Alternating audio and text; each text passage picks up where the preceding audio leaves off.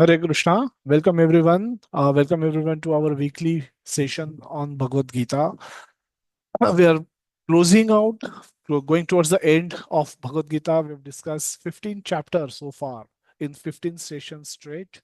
We had a break for about a couple of weeks when we were out for Vrindavan Yatra in the month of Kartik. But apart from that, every Sunday since July, we started these sessions. Every Sunday we have met and we have discussed one of the chapter of Bhagavad Gita. And the journey so far has been excellent. Excellent for me. I hope it was good for you as well. So we are coming towards the end. We have last three chapters left, 16, 17, and 18. Out of that, we will cover chapter 16 today. The title, Divine and the Demoniac Natures. Very interesting chapter. I sent a prelude or a trailer of this chapter when I mentioned something about demons. Has anyone ever seen demons? And we'll find out. This chapter actually talk a lot about demoniac mentalities, demoniac natures, and the reason for that, why there is so much emphasis on demoniac nature, we will soon find out as we go along with this chapter. So again, only 24 verses, but because these are all relevant verses, the chapter discussion may get little prolonged. Uh, so let's jump right into today's chapter 16, the divine and demoniac natures. A brief look Prabhuji, back. your voice is not audible sincerely, Prabhuji. It's not audible, is it? Better? There is some construction work going on Yeah, right across the street. I think At is a times, network. There's a network issue at this end because we are able to others listen are able to loud hear, and clear. understand. Okay, yes, Prabhuji. you can just see Ajay Prabhu or whoever, you can just adjust, go in a good network area or try and use the laptop instead of mobile if mobile network is not good. Hopefully it should be good for all. So we discussed chapter 15 briefly, or last Sunday we discussed chapter 15. Had 20 verses. One of my favorite chapter in the entire Bhagavad Gita. Contain, present the philosophy of Bhagavad Gita in a very concise manner, very beautiful verses, and so we are in the Jnana section. Jnana section where we are Krishna will take us from Jnana to Bhakti. The first six chapters are Karma section where Krishna takes Arjuna from karma to bhakti and concludes that yoginam api sarvesham madgate nantaratmana shraddhavan bhajate yomam samayukta tomamataha. That among all the yogis, O Arjuna, everybody is trying to do something. Everyone is trying to engage, trying to create his own philosophy and live his life or her life according to that philosophy. Some says I live to eat. Some says I live to travel. Some says I live to drive. And some says I live to work. Some says I live to earn money. Money is my driver. Some for some watching TV could be driver, or some for some watching cricket can be a driver of for their life. But we all live our life according to some philosophy. That philosophy or that Brida Vakya for us may not have come from scriptures. It could be self-created, and we may take a lot of pride in that. And we will see how it affects our life decisions in short during while discussing this chapter. But those are there, and so for some karma is higher. For some jnana is consider jnana to be higher, and for some, performing austerities, going to jungle, becoming detached from the world, trying to control senses, mind, and perform a lot of austerities, that can be a driver. So there is a karma yoga, there is a jnana yoga, and there is a dhyana yoga, and there is a bhakti yoga. Karma yoga romanticizes the world. Jnana Yoga rejects the world. And the Jnana Yoga renounces the world. And Bhakti Yoga utilizes the world. So world is not completely useless. It has to be utilized for our purpose of developing love and affection for Krishna, loving service attitude for Krishna. That is the purpose of this love. And bhaktas or devotees understand that. Therefore, they function in the same world without getting entangled. They work in the world without getting entangled in the world. They utilizes the world. They use world to the extent it is necessary for their purpose. Their purpose is to cultivate loving service attitude for Krishna. And for that, they make use of this world. And parallelly, they cultivate, they perform sadhana, and they succeed in their endeavor. So this is the transition we have seen from karma to jnana to dhyana to bhakti. Then we spoke about kevala bhakti, unalloyed devotional service, and from the chapter 7 to 12, and then again jnana to our, we are going on a journey where we are going from jnana to bhakti. Krishna is taking us on a journey where he's begin chapter 13 with jnana section, and now he's transitioning towards bhakti. Now, so this is where we are stuck in the chapter 16. We will discuss chapter 15, Arudha Mula Madhashakham, home or hotel. Then on and on, over and over, how we transmigrate from one body to another body, maintainer of the body, mind, and soul. How Krishna help us at every level. As a universe, he says, I'm providing the light. Light comes from sun and moon comes from me, and so that is needed for the universe to exist. Gama Vishyacha Bhutani Dharayam Ahamojasa. That I enter into every planet and I keep it rotating in its orbit by my energy. So we wonder this solar system how it works so perfectly. They also follow law. I count that one rotation happens in 24 hours. Then this circle gets completed in 1 year, gets completed in 365 days. I can predict Uttarayan kab hoga, Dakshinayan kab hoga, Surya Grahan kab hoga, Chandra Grahan kab hoga. I can predict the high tide and low tide. All of these are causes. The sunrise, sunset, moonrise, moonset, Ekadashi kab hogi, Chaturthi kab hogi. We can practically, we can, we do calculation and the world follow our calculation. World listen to us as if, but it's world is not listening to us. World is listening to Krishna's instruction, because Krishna instructs, sun is rising every day, and by our little intelligence we have been able to predict that timing, and that's how we see that the sun follow our instruction. No, it's he's following Krishna's instruction, and by given Krishna's given intelligence we are able to do little calculation, mathematical calculation, and predict when sun will rise, and sun rises at that time. So this is chapter 15, very beautiful chapter, and a sense of three Vedas, a sense of the entire Vedas, the four Vedas was given in the uh, three verses from 16 to 18, which concludes by saying that Krishna is the Uttama Purusha. Krishna is the Uttama Purusha. And then 18 and 19 concludes whereby saying that now since you know who is the Uttama Purusha, who is the Supreme Personality of Godhead, what should you do? You should then worship him with all your heart. Give nothing back, hold nothing back. So uh, the 15.19, Krishna says that yomam evam asam mudho janati purushottamam. जो ये जानता है कि मैं पुरुषोत्तम हूँ. So what does he do? uh, sh- Immediately he start performing devotional service. सर्व विद भजति माम. मेरा वो श्रद्धा से भजन करता है. सर्व भावेन Bharat, with all his heart, all his emotion. And this is the most secret knowledge that he concludes uh, in the 20th verse of 15th chapter. Iti guhyatamam shastram idam ukta maya nagha. Because you are sinless, you are innocent, you are my devotee.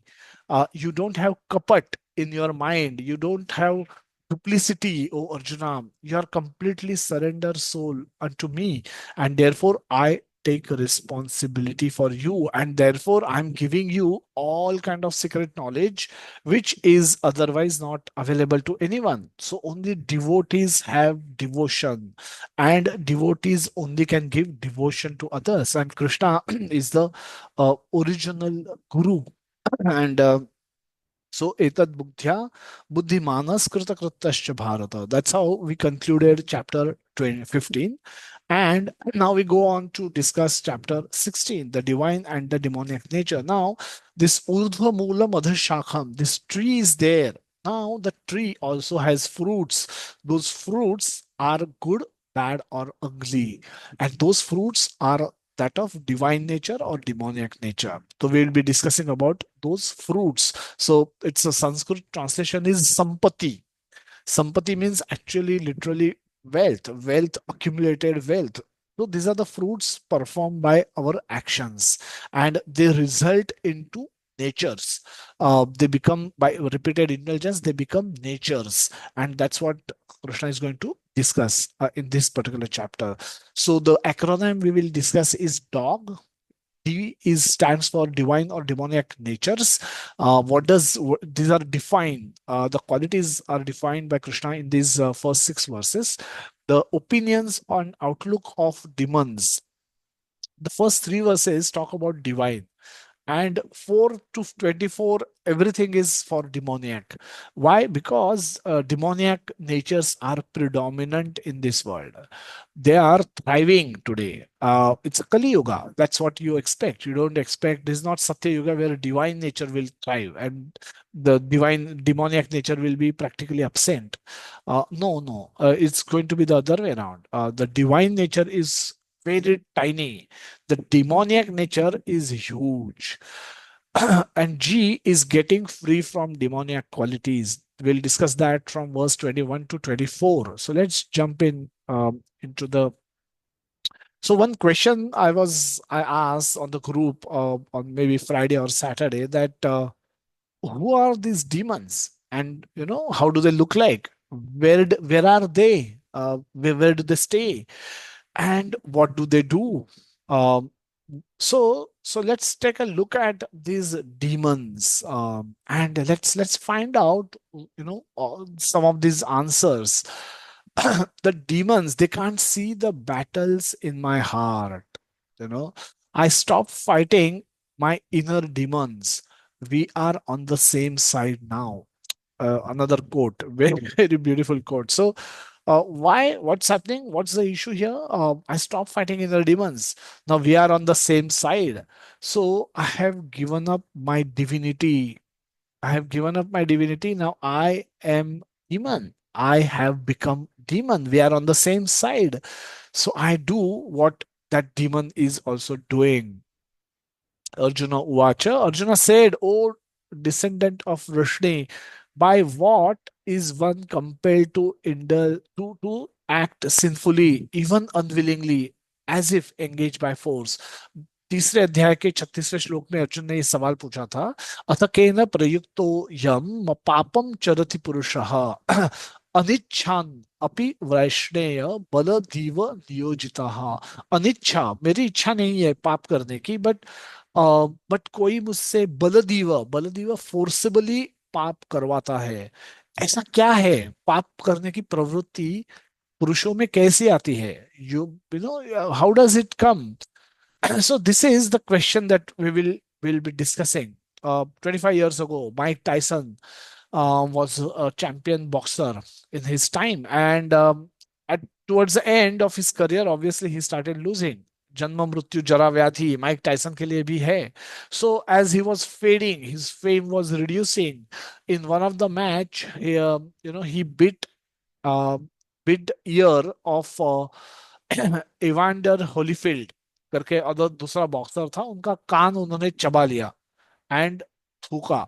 He actually snatch the ear, pluck that ear from his from bit his ear, and then the whatever the part that came off, he threw, spit it out in front of cameras. It all happened during the during a live match in front of everyone. Now, this is not boxing. Obviously, this is not taught in boxing. So, where does this tendency come from to do something horrible? We could have cited hundreds such horrible events that we come across. Suffice it to say that there is outsiders. So there are risks. We all have risk.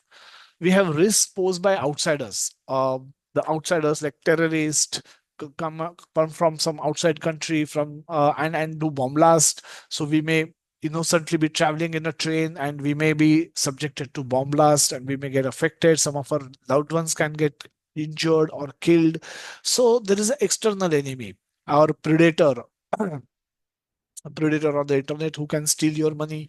So they are trying to harm you. So there are external people who are trying to harm you.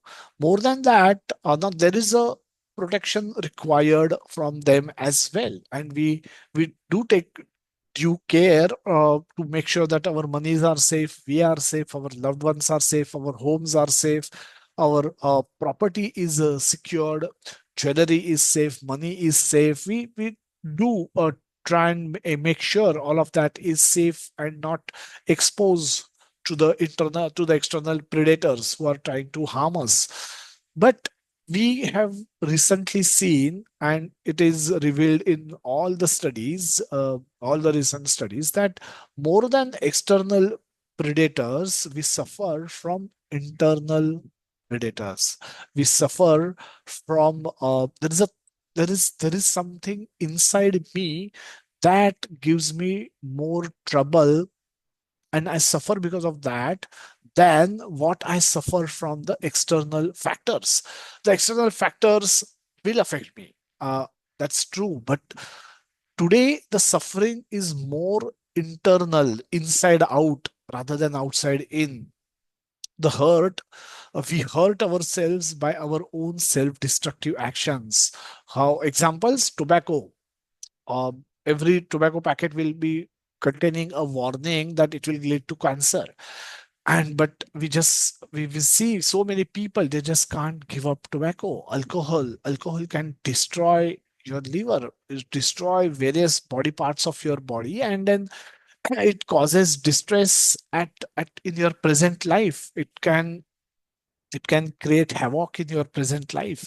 But people are addicted. More and more people are addicted. People think as they progress in their life, they become richer. The brand should reflect their richness. If you are poor, drink जो सबसे सस्ता available alcohol है वो पियो. But as you progress in your life, you drive in a big car, you live in a big house, you should also drink a superior brand of alcohol. But it is rampant across society.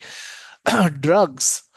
This is again, you may wonder where they are selling drugs, but every drug addict know where to find drugs in every city, and they are indulging into these actions. It's killing, destroying life of our youth, and it's rampant everywhere. So their sales, this is one industry which never uh, see any problem. There's no decline in their sales are always growing, the profits are always growing. So especially another recent monster which has popped up is because of internet, especially pornography poses biggest distraction, biggest addiction for today. How we get attracted to these addictions, so that and get ourselves into this condition where we become addict. So mouse is attracted to cheese, or fish is attracted to a bait. Why? Because it looks like food. It looks like food, and then they get trapped in it. But cigarette, alcohol hardly looks like food. It's not tasty, tasteless, but still millions and millions of people are getting addicted to it in a self-destructive way. Question can be, do we really have demons inside us, and who are compelling us to act in such a self-destructive way? Go to the chat box. Do you agree that we have demons inside us who are forcing us to act in a self-destructive way?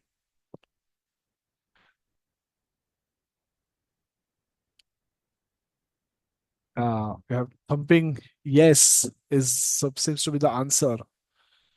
We have about 70 devotees, so please stay back.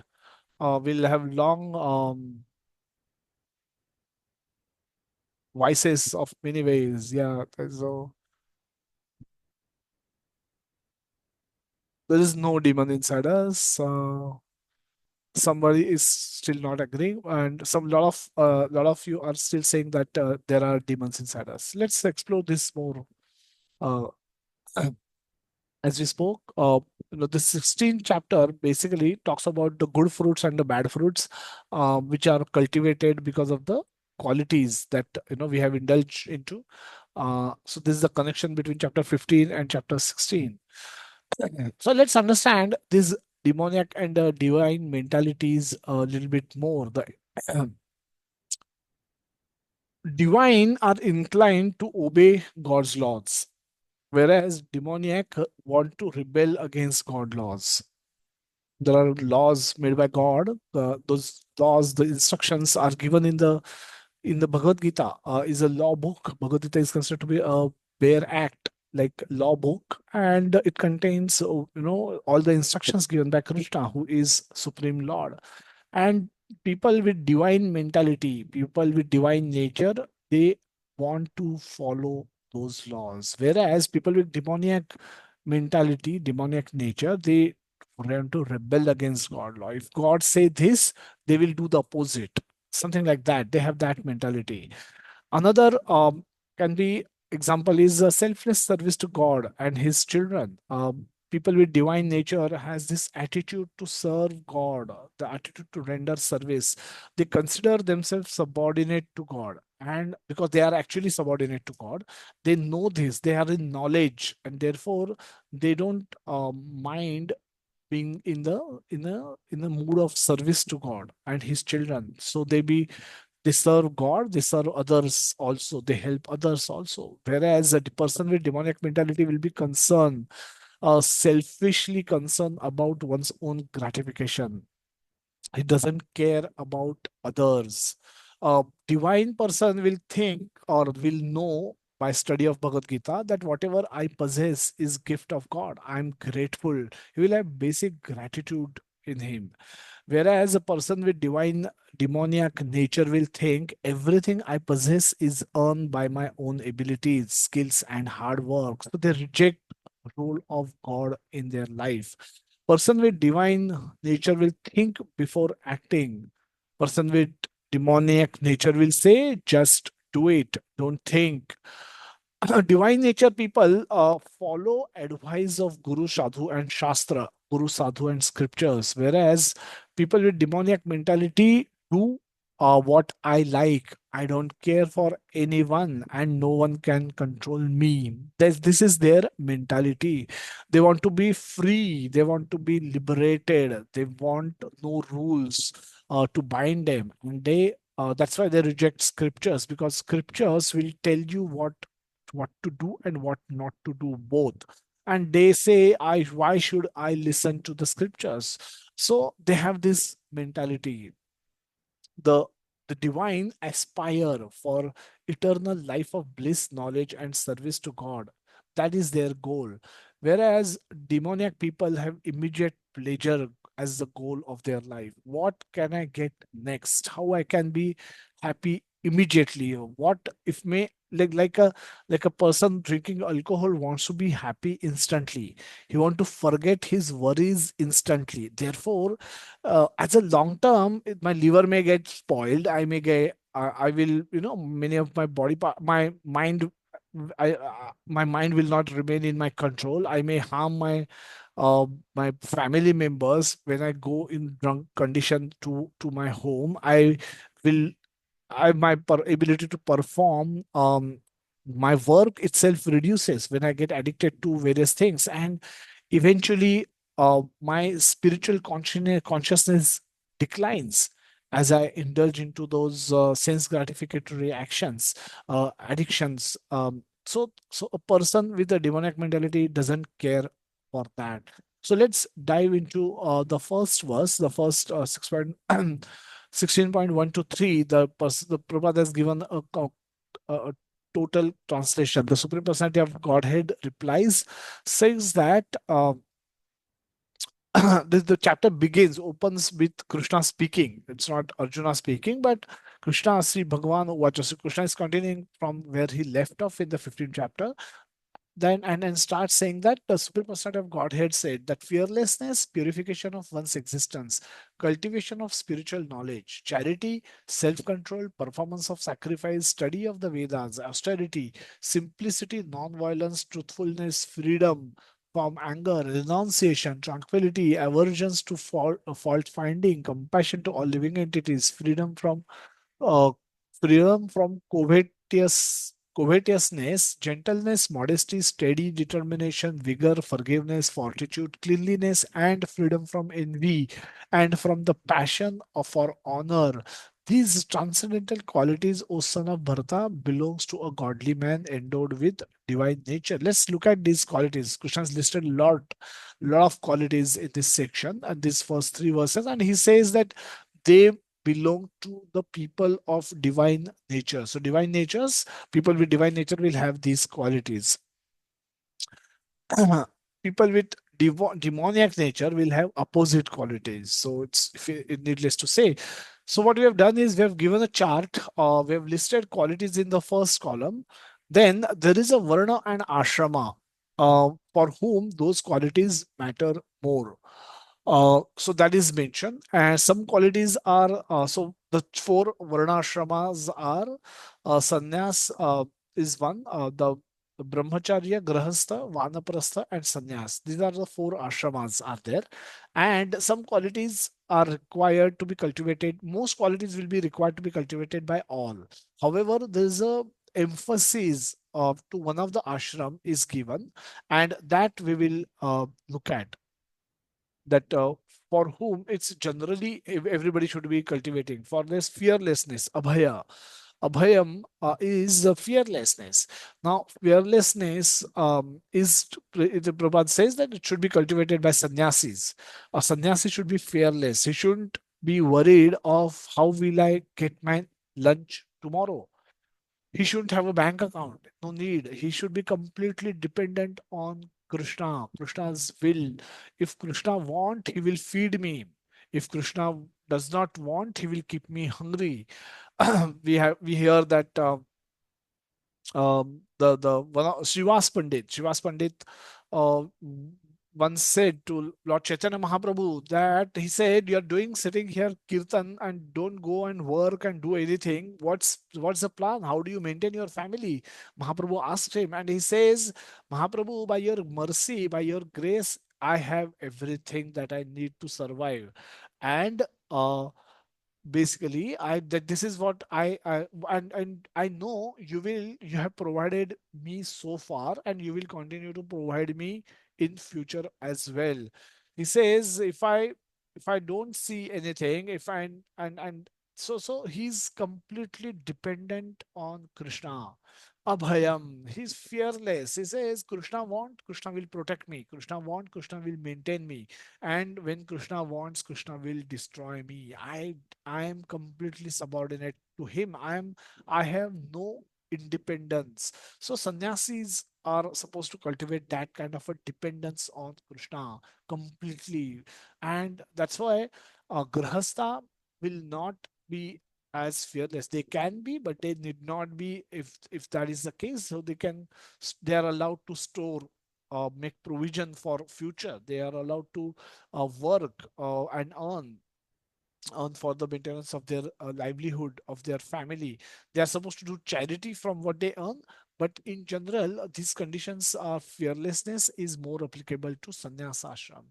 Purification of one's existence, Krishna says further, sattva shuddhim, uh, it's yeah, abhayam and samshuddhim is purification of one's existence. Everyone it's supposed to be following, everyone's supposed to follow the strictly follow the rules and regulations, especially sannyasis. Cultivation of knowledge, again, sannyasis must cultivate knowledge, and they give that knowledge, transcendental knowledge, especially to householders. So earlier times, sannyasis used to go and beg from household to household. Now begging is an opportunity for a sannyasi to visit home of a householder. Now he's supposed to go there and get his alms, and in return, he's supposed to give them transcendental knowledge of Bhagavad Gita, which a householder typically will forget in the course of his activities, while taking care of his family members, while doing work, while earning livelihood, and doing all the jhamelas that all the householders on this call they do. They tend to forget that our original purpose is to love and serve God. Our originally we came to this material world not for sense gratification. That is available, but that's not the objective for one's life. So they need this knowledge. They need to be reminded of this knowledge and goal of life continuously, and that is the role of sannyasi. They should cultivate knowledge, they should give knowledge, distribute knowledge. Charity is grahastha. 50%, Prabhupada writes, is ideal. Ideally one should give 50% of what they get in the this thing, and it should be given in the mode of goodness or beyond in the. So, what is beyond goodness? Goodness is I'm giving in the mode of goodness. We'll see that in the next chapter, 17. Charity in the mode of goodness, passion, and ignorance. Very interesting chapter. But in short, I can give it in the mode of goodness and say that, oh, don't even mention my name, I'm fine. Mode of passion will say that I have given this charity. Please write in bold letters here that this charity was given, this fan was donated by so and so from so and so in this date, and they came with these people and then they donated this fan. Everything should be written, this history should be written on the fan. So my future generations, when they will come back to this dham, they should see that my father donated this fan which is rotating in this dham. So this is mode of passion, the charity in the mode of passion. A grahastha should give in the mode of goodness without expectation, and better than goodness is the Shuddha Sattva, where we give charity knowing that this actually belongs to Krishna. This is Krishna's money, energy, which is in my possession, so I should give it back to Krishna.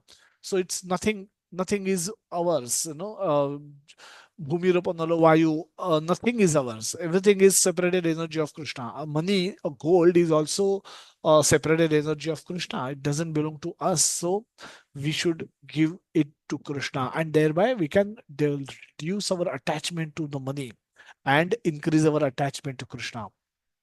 So charity is grahastha's responsibility. It is their duty. Self-control should be everyone, followed by everyone, especially grahasthas. The kamo, the sex life is only meant for progeny, propagating or producing Krishna conscious children. It's not otherwise, not to be utilized otherwise. So one has to be self-controlled, especially in marriage. Sacrifice. Everyone should perform sacrifice, but especially grahasthas should perform sacrifice. The Sankirtan Yajna is recommended by Krishna himself when he appeared as Chaitanya Mahaprabhu. So that is so devotees should often call other devotees at their home, and they should request them to perform Sankirtan collectively, and they should feed those devotees. So this is also sacrifice and charity. Grahasthas are supposed to do this. Vedic study, especially brahmacharis, they suppose this is a student phase or in one's life, so should be dedicated for studying, maintain celibacy, engage mind in the study of Vedic literature. Austerities, all required for everybody, but especially Vanaprasthas. Austerities of they should be performing austerities, and we hear yesterday in the class that the first word spoken by Lord to Brahmaji is tapa, that perform austerities, tapashcharya. And it's meant not, life is not meant for, our body is not meant for sense gratification. Body is meant for austerities. So it was instruction to Brahmaji, it was instruction to all of us. So live austere life. Do not overly indulge into the sense gratification. So cultivate, cut off yourself, reduce your dependence on the comforts of even though you may afford all of those, and that this is what pleases Krishna. If one take risk for Krishna, if one give up one's attachment to the sense gratification for cultivating loving service attitude for Krishna, Krishna becomes impressed by such attitude. So austerity is impressive for Krishna especially. So those who want to impress Krishna should take up performing of some austerity, fast on Ekadashi, fast on Janmadashtami, fast on Ram Navami, fast on Gaur Purnima. Do perform, do get up early, live simple life. Simplicity should be again practiced by everyone. Simple and straightforward. Prabhupada said truthful. Non-violence is why because the devotee see that Krishna is in the heart of all the living entity, even chicken, even goat, even fish, even trees. So there is there we shouldn't be unnecessarily indulging into killing of animals, especially for the purpose of eating. Cow is sacred, cow should be worshipped. uh, but we see cow is being killed in other countries for the purpose of satisfying the tongue. um, so non-violence is another form of non-violence. Prabhupada explain is that not allowing anyone to take up spiritual life, progress in the if one is not able to advance in Krishna consciousness, then even that is called violence towards the soul, because soul goal in the human form of life is to come towards Krishna. Human form of life is an opportunity given to soul to go back to Krishna. It should not be wasted by becoming a dog or a cat once again. If we live in that bad consciousness, we will become one of them, and that will be such a reversal, such a loss of opportunity. One can go to Krishna and live happily ever after, or one can degrade to animal species and from there evolve. You come back to the human form. I don't know, nobody knows after how many more births you will get human form. So one should not waste one's human form of life in living like an animal and then becoming one. Don't do that. 11th quality is truthfulness. Everybody should be truthful. Truthfulness, Prabhupada defined, not distort the truth for some personal interest. Especially Vedic instruction should not be distorted. Hence we must hear from authorities. Freedom from anger. Prabhupada writes, it's again should be practiced by everyone. Anger is dangerous. So if there is a provocation, one should tolerate, knowing their ultimate goal. Ultimate goal is to develop loving service attitude towards Krishna and going back to Krishna at the end of human form of life.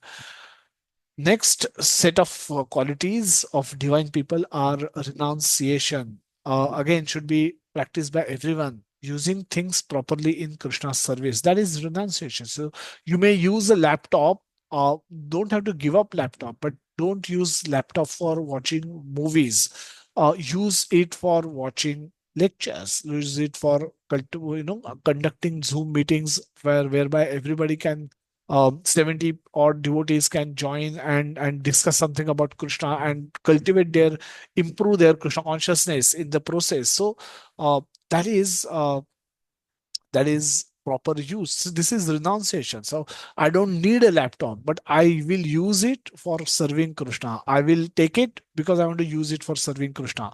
So then to that extent we can be using laptop, or else we don't need laptop. So that is renunciation. Tranquility, unaffected by disturbing emotions, peaceful and equipoised. That is tranquility. Aversion to fault finding. Just a minute. Yeah. Uh, Aversion to fault finding, compassion for all living entities. Aversion to fault finding, again, a call of to call thief is okay, but unnecessary fault finding has to be avoided. Uh, Then we have compassion for all living entities. We spoke giving spiritual knowledge, that is best charity. That's why we do annadan. We promote propagate annadan, because annadan, people people who are living in distress conditions can't get spiritual knowledge. They have no understanding, no inclination towards understanding God or spirit or spirituality. So for them, the best way to connect them with Krishna is through prasad. Therefore, we distribute food which is offered to Krishna first and distributed as prasad. It may, for them, it may look like a rice. However, it's not rice. It's a rice consumed by Krishna, and the remnants of that consumed rice is distributed as prasad. When that distributed prasad is consumed by a person, a medicine is taken by a person, it is going to work. Even if you believe in the medicine or doctor, or even if you don't believe, it is still going to work. Similarly, prasad work, because now you establish some sukriti for that individual who is otherwise living in a very, very pathetic condition. So in that way, you're giving him sukriti, you're creating sukriti. By feeding them with prasad, eventually those souls will develop love for Krishna, will develop liking for knowing more of for Krishna, will develop an attraction for Krishna. So there is a compassion for all living entities. Freedom from covetedness is greedy, charity, and a renunciation. Gentleness, friendly to all living entities. Uh, Next set, modesty. Does not perform one should not perform abominable actions. Modesty in dressing by men and women. Modesty in dressing means not exposing your body parts while dressing, and we see that it's done in such a rampant way. So one should be that's why devotees wear very modest clothes in while visiting temple. Many temples today have those restrictions where they do not allow people to wear who are wearing shorts or sleeveless, especially for females, or skirts to enter the temples. But they expect some modesty to be demonstrated by everyone. I believe, hope all temples bring in such restrictions, and it's for our benefit. If you are exposing your body while visiting a temple, you'll be you'll be body conscious. You'll not be God conscious. Your focus will be on your body, who is looking at me, who is not looking at me, so on and so forth. Uh, so to become body conscious, why need go to you go to temple? You're anyway. So even the temple will not help such person, and all our efforts will be wasted. So if you're going to temple, might as well focus on God. Give God a priority. So dress nicely, dress modestly, so that you will be least bothered about who is looking at you and who is not, and how are you looking per se. You will be focused on how Krishna is looking, how whether he's wearing a turban or he's wearing a helmet, which is the color. Which color helmet looks beautiful on Krishna? Which color dhoti Krishna is wearing? What kind of garlands he is wearing? These are rose garlands or these are kevla? What kind of flowers they are given? Which is flute? Is he having a flute or not? What bhoga was offered to Krishna? How is Krishna Radharani looking? So one can then look at Krishna and one can talk to Krishna. One can take proper darshan of Krishna. If one is too bodily conscious, one will never be able to do that. So dress modestly, especially all time, but at least while visiting temples. Steady determination, not agitated or frustrated with his effort, regardless of failure. So bhakti requires that steady, determination. Dhrida Krishna says in 14th verse in the ninth chapter that satata kirtayanto mam namasyanta dhrida Satata Kirtayanto Vam. So the word Dridavata comes in that particular verse, Namasantascha Mam Nitya. That's a beautiful verse in the 14th verse of the ninth chapter, where Krishna used the words Dridavata, because at times, we may feel our bhakti is not progressing enough, especially if you are not meeting devotees regularly, not visiting temple, not in association. At times, bhakti may become merely mechanical. सुबह उठो, जपा करो, class सुनो, read Bhagavad Gita, it's the same text, same type of philosophy we keep hearing again and again and again and again, and बाकी सब तो मजे कर रहे हैं। मैं सिर्फ एकादशी को खा नहीं सकता, एकादशी को मैं बाकी सारी चीजें भी नहीं कर सकता, मैं पहले करता था, मैं पहले भी खुश था। सो that kind of a mentality can come if we are not doing bhakti in association of devotees. So we need steady determination and not to get agitated, not or frustrated. Vigor. Kshatriyas should have this, especially able to give protection, should be able to give protection to others.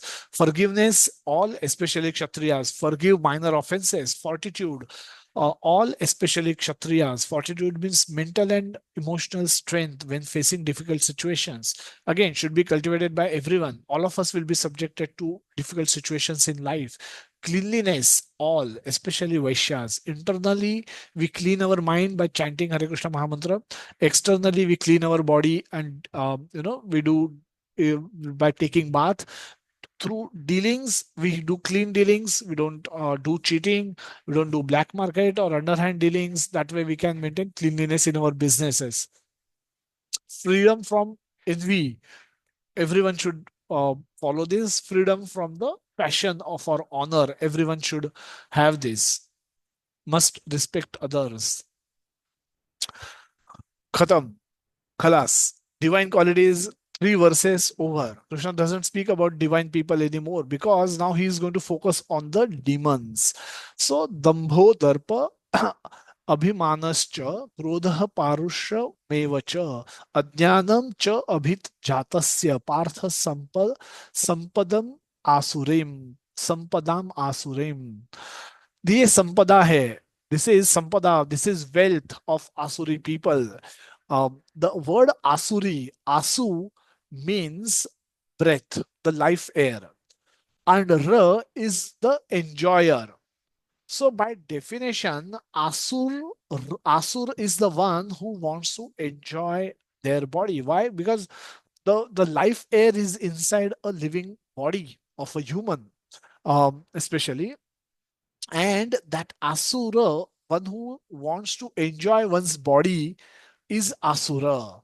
So asuras are not people with those with horns, big size. Putana, we may remember Ravana, we may remember Hiranyakashipu, huge size, huge body, uh,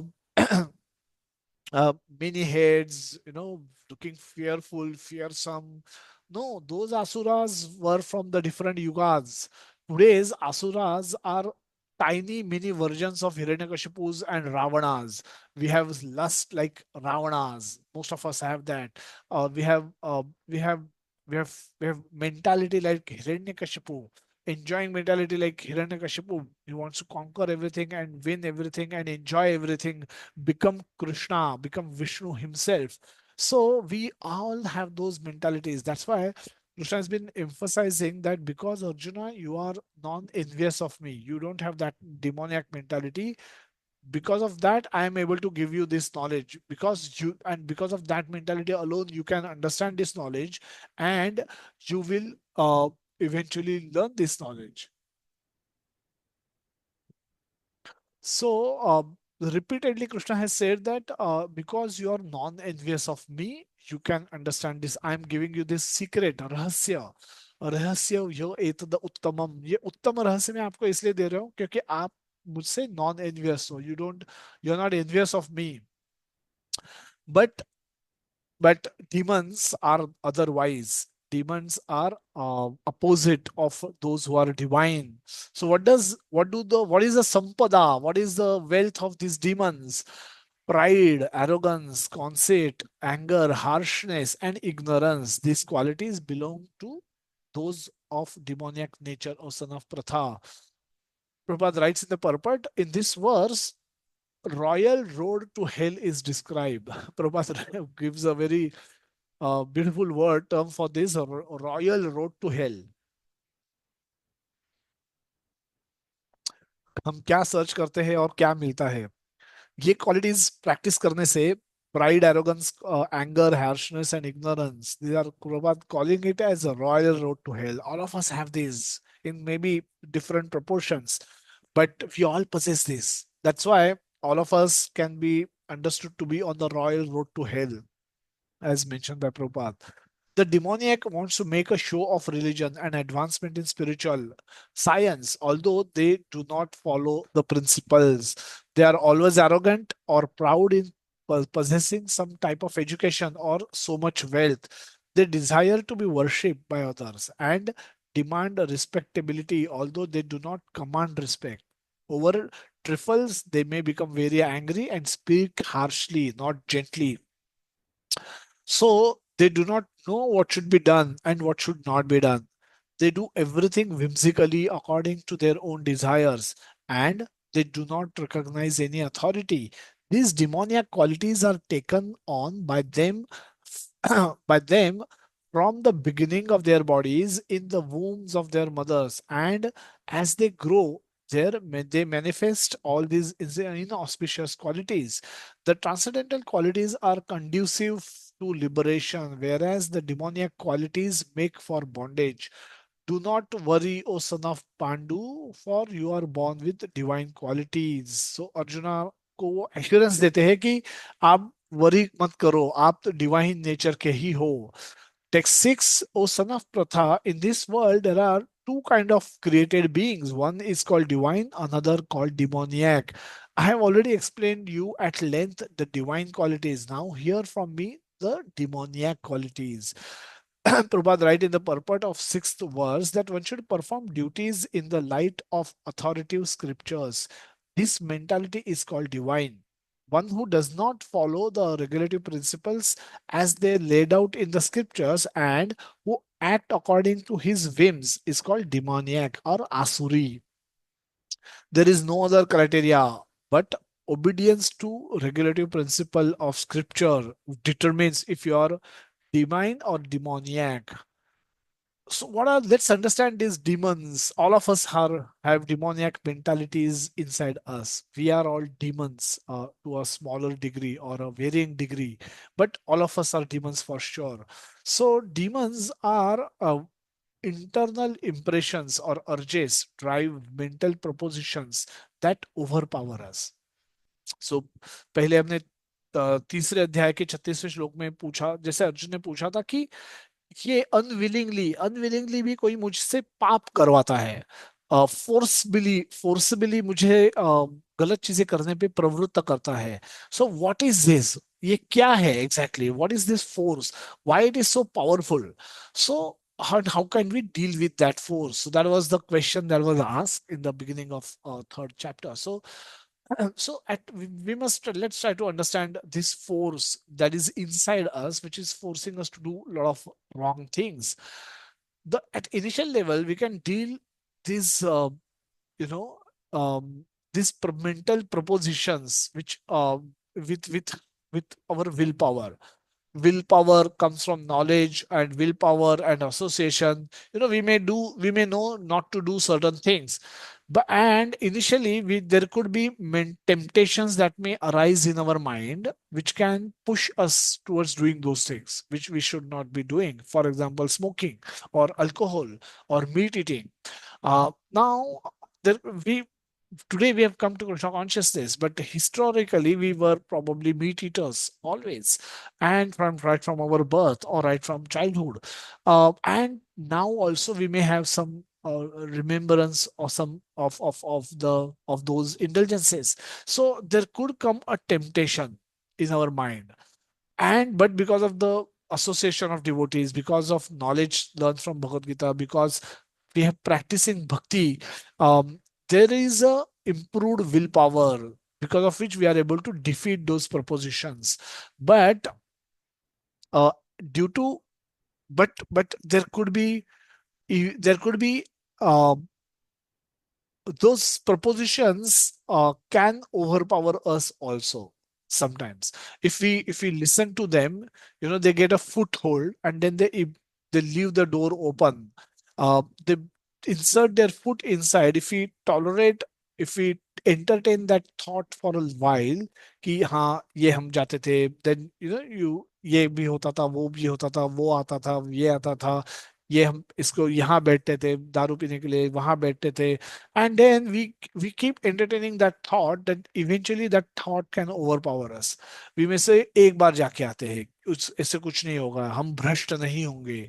We only tell ourselves, we convince ourselves, and then we go once, saying that okay, I'll just go once, I'll not go again. But एक बार वो पहले की मजा क्या आता है देखते हैं, देखते तो है क्या होता है. And with that we may go once, and we may go second time and third time. So as we listen to our mind, by and indulge more and more, our willpower becomes weaker and weaker, and eventually we'll get defeated completely, we'll be lost, and then we'll get addicted to our inner demons, they become victorious completely. How do we slay the demons inside us? So let's look at that. The three-step formula that we will discuss is regulation, regulation, redirection, and reconstruction. So these three slides, will tell us, we're discussing various verses, the 39, 40, and 41 verse from the third chapter, where Arjuna says you need to regulate your mind, regulate your senses, and don't overindulge. Don't let them free. Don't let them do what they want to do. Mind control में नहीं है. अजितेंद्रिय पुरुष का कोई hope नहीं है. We need vyavasayit maka buddhi, a single-minded focus. If your mind is uncontrolled, you can't even achieve material things. What to speak of spiritual benefit? So control your mind, control your senses, regulate your mind, regulate your senses, keep them under control. Use your intelligence, buddhi use करके mind को control करो, और mind through your senses को control करो. So that is how you can. That's a by regulation you can control. But regulation is saying no, no, no, no to the temptation. Eventually, we may end up saying yes. So that is useful initially, but over time, we need to give better engagement to our senses. So, 2.61, the one who restrains his senses, keeping them under full control and fixes his consciousness upon me, is known to be a man of steady intelligence. वो steady no no no कहना आसान नहीं है. We may actually fall in trap once, एक बार करके देखते हैं, ऐसे करके हम शुरू हो सकते हैं, and then we may never come back. So even that is not a, initially it may work, but over a prolonged period it may not work. um, so we need engagement for our senses, and that is given explained beautifully by Prabhupada in the purport for 2.61 verse, where example is given of King Ambrish Maharaj, who utilized all his senses for serving Krishna. Who was a king, was an administrator, had duties, and but at the same time he was a devotee. And as a devotee, he was focused completely on loving and serving Krishna by using all his senses.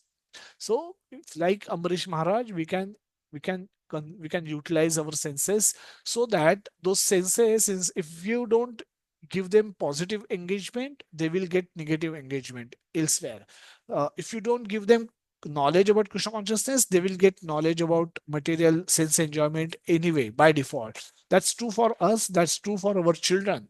If you don't give them Krishna consciousness with intentionally, deliberately, they will eventually get Bollywood and Hollywood and sports. They will catch up anyway. That the knowledge will of wrong things will come automatically. So give them right knowledge so that they can handle their life better, or we can handle our life better. And the third is reconstruction. So regulation, redirection, and reconstruction. Reconstruction is making giving higher taste to our senses. Vishaya vinivartante niraharasya dehinam Rasovarjam rasopyasa param drashtva nivartate. That rasovarjam rasopyasa, that you give up lower rasas when you experience higher rasa. And that's natural. The one who has tasted the beauty of Supreme Lord Krishna in the course of his advancement in Krishna consciousness no longer has a taste for dead material things. Therefore, restrictions are there uh, for the less intelligent neophytes in the spiritual advancement of life. But such restrictions are only good until one actually has a taste for Krishna consciousness. When one is actually Krishna conscious, he automatically loses his taste for the pale thing in the purport of Bhagavad Gita 2.59. So all we have to do is to ultimately cultivate taste for Krishna, taste for japa, taste for hearing Krishna Katha, taste for reading Bhagavad Gita, taste for listening to Srimad Bhagavatam, and taste for associating devotees, taste for serving devotees, taste for serving Krishna, utilizing our talent, resources in the service of Krishna. That way, if we develop that taste, the taste to do other nonsense things will automatically go away. Chetan Chatamrut says, has this beautiful verse that Krishna Surya Sama Maya Andhakar. जहां कृष्ण तहा नहीं माया र अधिकार. सो कृष्णा सूर्य सम, जहां सूर्य होता है वहां अंधेरे का कोई अधिकार नहीं होता है, अंधेरा हो ही नहीं सकता. Similarly if you bring Krishna into everything, we don't have to worry about darkness. Pushing darkness out is not required, because the moment sun will arise, darkness will disappear anyway immediately. जहां कृष्ण तहा नहीं माया र अधिकार. So when we believe that without Krishna also we can be happy, we are in Maya. Without becoming submissive to Krishna, we can be happy, we can be peaceful. We are in Maya. Krishna has one plan. He has a plan that all living entities should come back to spiritual world. But when we have our own plans, though I want to, my own plan is to make a home in this world. I want to have buy one home, two homes, three homes, want to get married, want to have children. I am having my own plans. Want to go have vacations in foreign countries. I want to go or travel all around the world and see the whole world, enjoy every wine and alcohol available in all countries. I want to smoke in every country. I want to enjoy my life. Then that is the mentality. That is a plan, that is Maya. This is a plan against Krishna's plan. And by this plan, we are in considered to be Maya. So there, jahan Krishna taha nahi Maya ra adhikar. But inversely, jahan Krishna नहीं है वहां सिर्फ माया है. And that's why we are considered to be in Maya. We are considered to be Maya Das. We want to become Krishna Das. And for that, we need to associate with devotees. We need to learn Bhagavad Gita and apply Bhagavad Gita in our life. Lesson 2. Oh, opinions and outlook of demons. प्रवृत्तिं च निवृत्तिं च जना न विदुरासुरा, न शौचम न अपि चापचारो, न satyam teshu vidyate. Those who are demoniac do not know what is to be done and what is not to be done. Neither cleanliness nor proper behavior nor truth is found in them. The the Krishna is explaining the more of these demoniac people. Now, you may keep wondering who these demoniac people are. ये तो कहाँ दिखते हैं? Now, just be sure that your boss could be a demon. Your grocer जहाँ से आप खरीदते हो, he could be a demon. Your neighbor could be a demon. Your parents could be a demon. You could be a demon. So demons are everywhere. Enjoying mentality for the at a bodily level is there everywhere, and therefore everyone practically is a demon. Now we have to cultivate godly mentalities. We have to come to sattva guna and then go to shuddha sattva by rigorously practicing the principles of Krishna consciousness, which are taught in Bhagavad Gita. So every Prabhupada writes, every civilized human society, there is some set of spiritual law, spiritual rules and regulation. In every civilized society has some rules and regulations which should be followed from the beginning. Those who do not follow the scriptural injunctions are supposed to be demon. Prabhupada again reiterate that anybody who is not ready to follow Shastra is a demon. Stated here that the demons do not know scriptural rules, nor do they have any inclination to follow them. They have no faith, nor they are willing to act in terms of Vedic injunctions. The demons are not clean externally and internally. Prabhat writes in the purport. We can read these purports at later stage, and we'll move to the next verse 8. Asatyam apratishtham te jagad ahuram ishwaram aparasparam sambhutam kim anyam kama hetu kim. Demons say that this world is unreal. Their mentality, now we're talking about mentality of these demons. How do they think? What do they say? What are their principles of life? What is their what are the driving factors in life? They say that this world is unreal, with no foundation, no God in control. They say it is produced by sex desire and has no cause other than lust. Let's see the purport. They say that this world is unreal. Dream. We see objects in dream. We see objects which are unreal. They say this world has no foundation. The world, it's a temporary world, and there is no God in control. That is the mentality of demons. To be, they believe that to be scientific means they need to become, you need to reject God in order to believe in science. You need to reject God. That is the demoniac mentality. It is this is produced by sex desire. Man and woman unite and produce life. No soul or no super soul concept. They don't understand these concepts. No cause other than lust. The purpose is to enjoy without moral codes. Purport, the verse 8, the demoniac conclude that the world is that what we see in the dream, the world is like a dream, and there is no cause and effect, no controller, no purpose, and everything is unreal.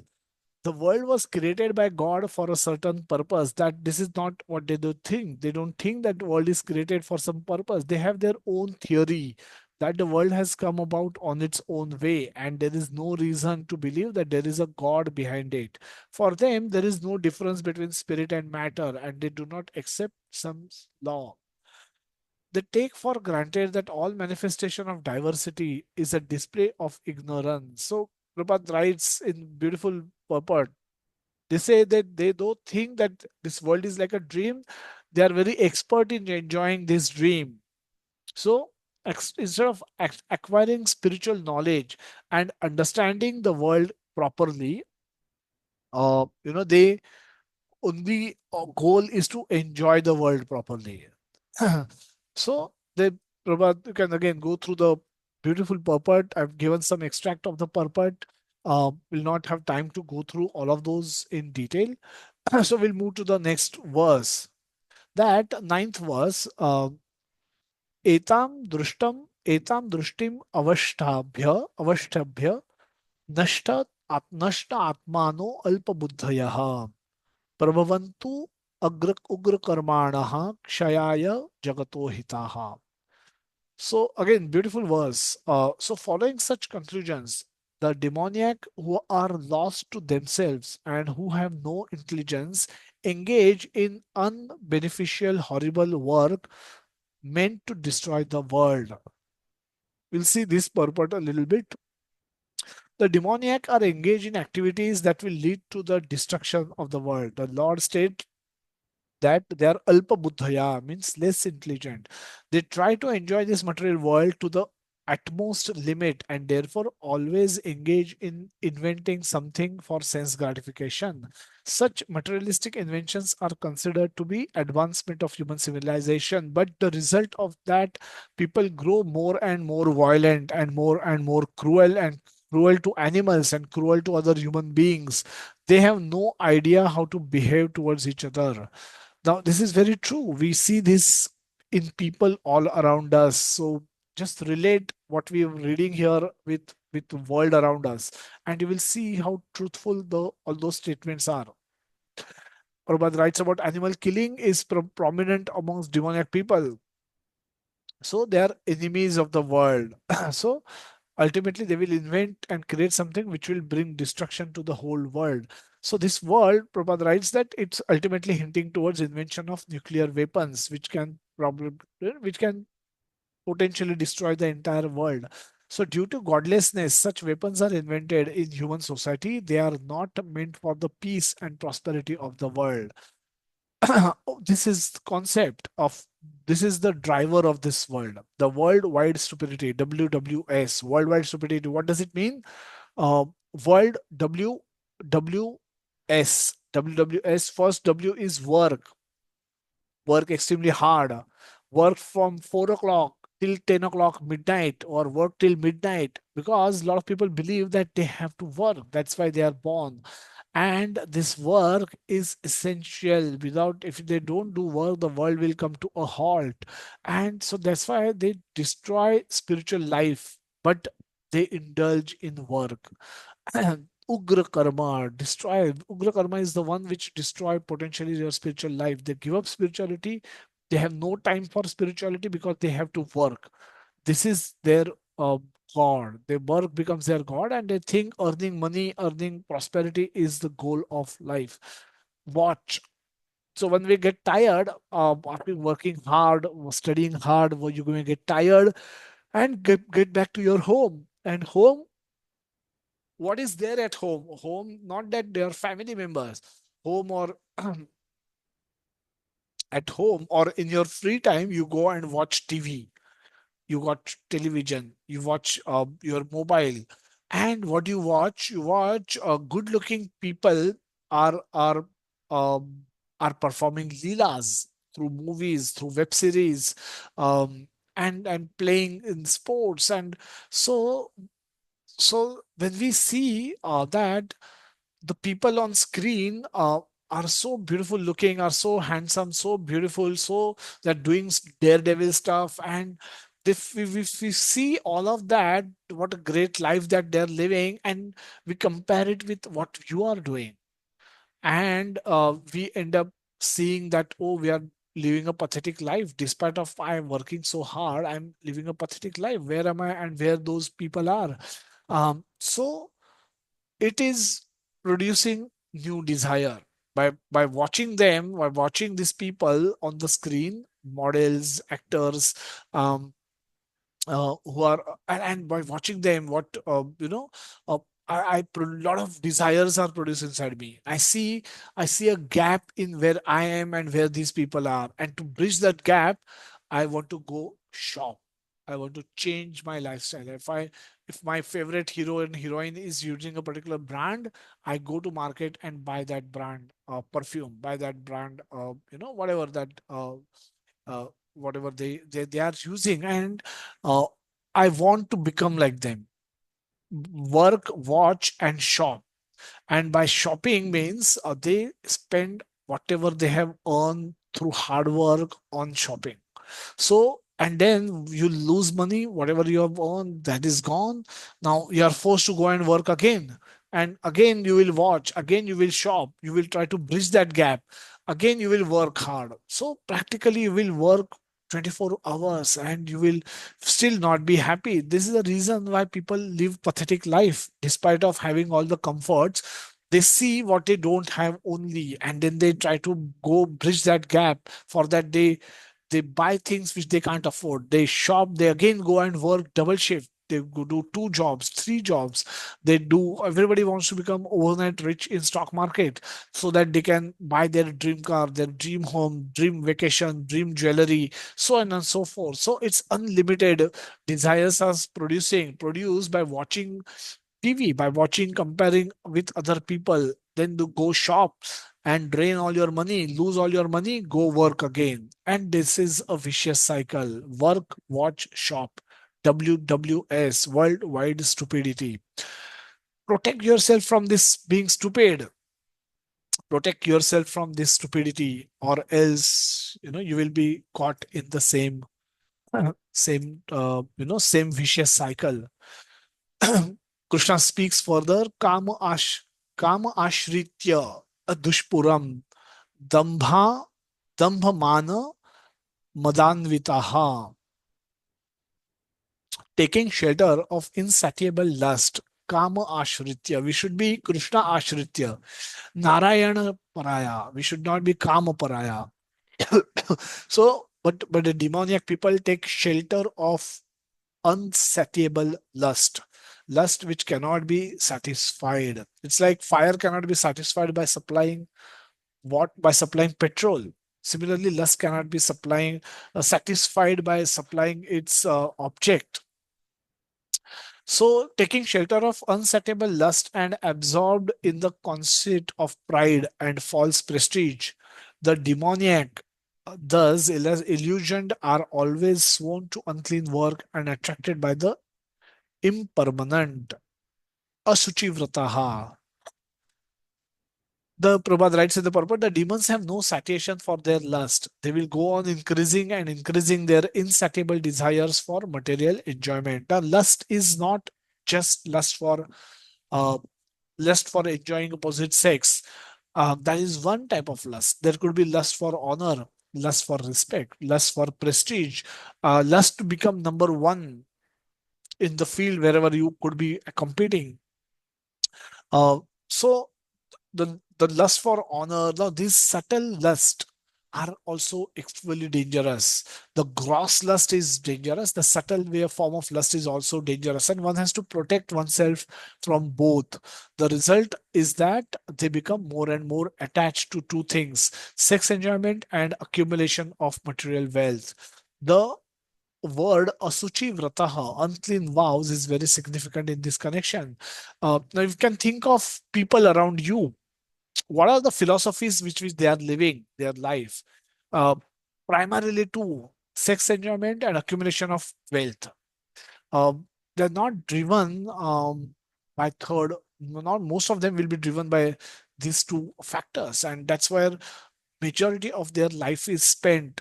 They may be, there could be genuine reasons for them to say that I want more money, but no matter, they just don't know where to stop, when to stop, and they just can't perform spirituality because they are too busy with these two things. If you're busy bhoga aishwarya prasaktanam, if you're busy with bhoga and aishwarya, accumulating aishwarya, taya apahrata chetasam, then your mind is stolen by these two things.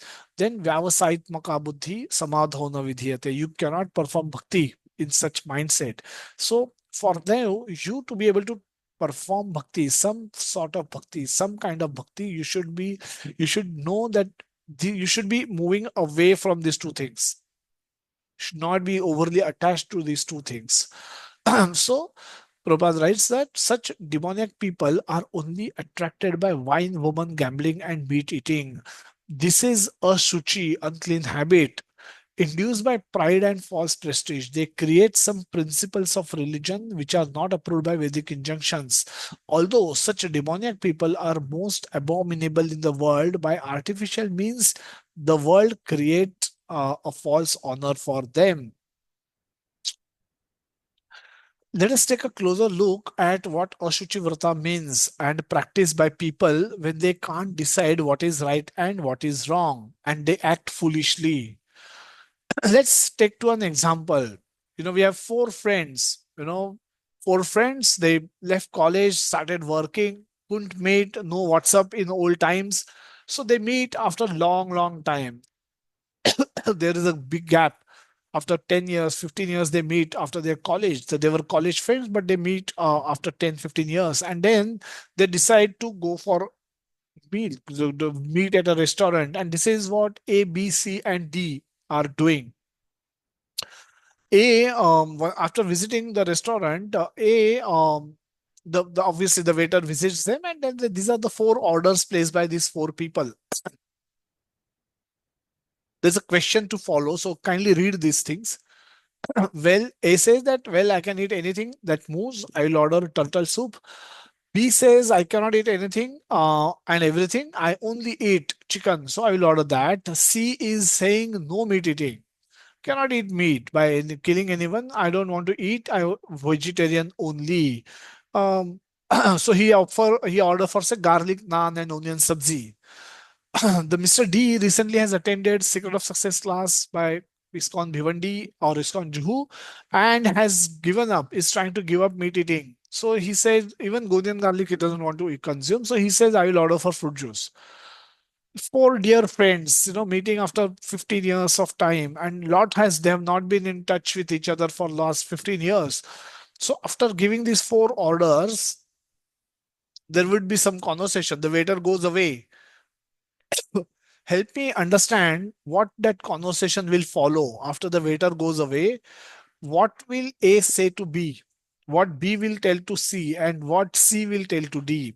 What would be the discussion, and how they will justify what they are telling?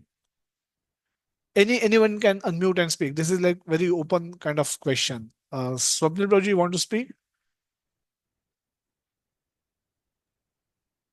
Hare Krishna, Prabhuji, Dandavat Pranam.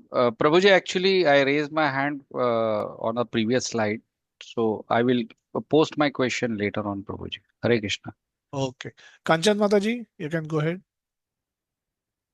Dandavat Pranam Prabhuji. As per my understanding, I think A will only talk about the material things which he has acquired over a period of time because he's already indulged in a lot of name fame. He might be focused on that only. Then No, B will talk about let's think of eating. They will be eating. surprised, right? There are four friends who are very close to each other, and Yeah. they're meeting after Yeah. some time. Now I the think four will be orders have laughing at gone. D. Now let's They all will be with laughing reference at to the D. order that they have given, what would be the Mhm. discussion that will follow? A will suggest B that you should try the turtle soup. It's very tasty. It's one of the most tastiest thing I have ever had. Mr. B will talk to C that why do you think that only gas foods will suffice and you are not having some non-veg food? How it will affect you? I don't think any difference between the same. And C will laugh at C and all ABC might laugh at D. "Ke, what you are doing? What juice? You are avoiding all the good things in life and you are just focusing on what is left out." Very nice, Mataji. Just see, anybody else has anything to say about this? Ashwini Mataji, yes. Hare Krishna Prabhuji, Dandavat Pranam. I think I think A and B will convince C person and D person that eating non-veg will give Your voice is breaking, protein Mataji. Your voice is not clear. But I understand that A and B will and try and convince all C, and all healthy of them together will try to convince things D, something like that. they're supposed to be.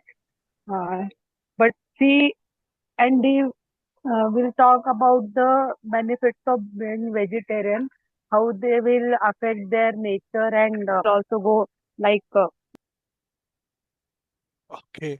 Yeah, very, very nicely brought up. So they will definitely speak about their decision. They'll try to justify what they have done. Correct? All of you agree that this kind of conversation happens at different times in different tables, lunch tables, office lunches, office friends, when you go out and meet friends. Um, just type yes if you have Yes, also been Prabhuji. part of these kind of conversations ever. Yes, Prabhuji. Yes, Yes. many a times this So happens. yeah, most of the Prabhuji, a times. different perspective can be discussed here about this table discussion. Uh, what is it, Proji? Prabhuji, in the recently when Mr. D says that he is not eating onion and he is attended the SOS and he is the follower, he is a devotee and he is a ISKCON devotee. Uh, I have witnessed this and I could see that there is an element of respect between the other threes, and they know that ISKCON devotee follows principles and very strictly they follow the principles and they respect that nowadays. That is the current scenario. So that also discussion comes onto the table, that simply they will ask first question to Mr. D that yes, we understand that you have attended SON and you are a ISKCON devotee. So I have witnessed that, I have followed, then that gives me chance to express myself. I mean, I just wanted to share my experience, Prabhuji. Hare Uh, Krishna, Dandavat Pranam. Okay, Hare Krishna. Thank you so much. But for that to happen, Guruji, one thing that one has to say that what I'm doing is wrong. When I'm saying that you are right, implies then that what they are doing is wrong, which is very difficult for people to admit. So most times people Yes, don't Prabhuji. admit that they are wrong, so they justify their rightness. They try to justify. So most of the primary discussion probably will happen on justifying how they are right individually.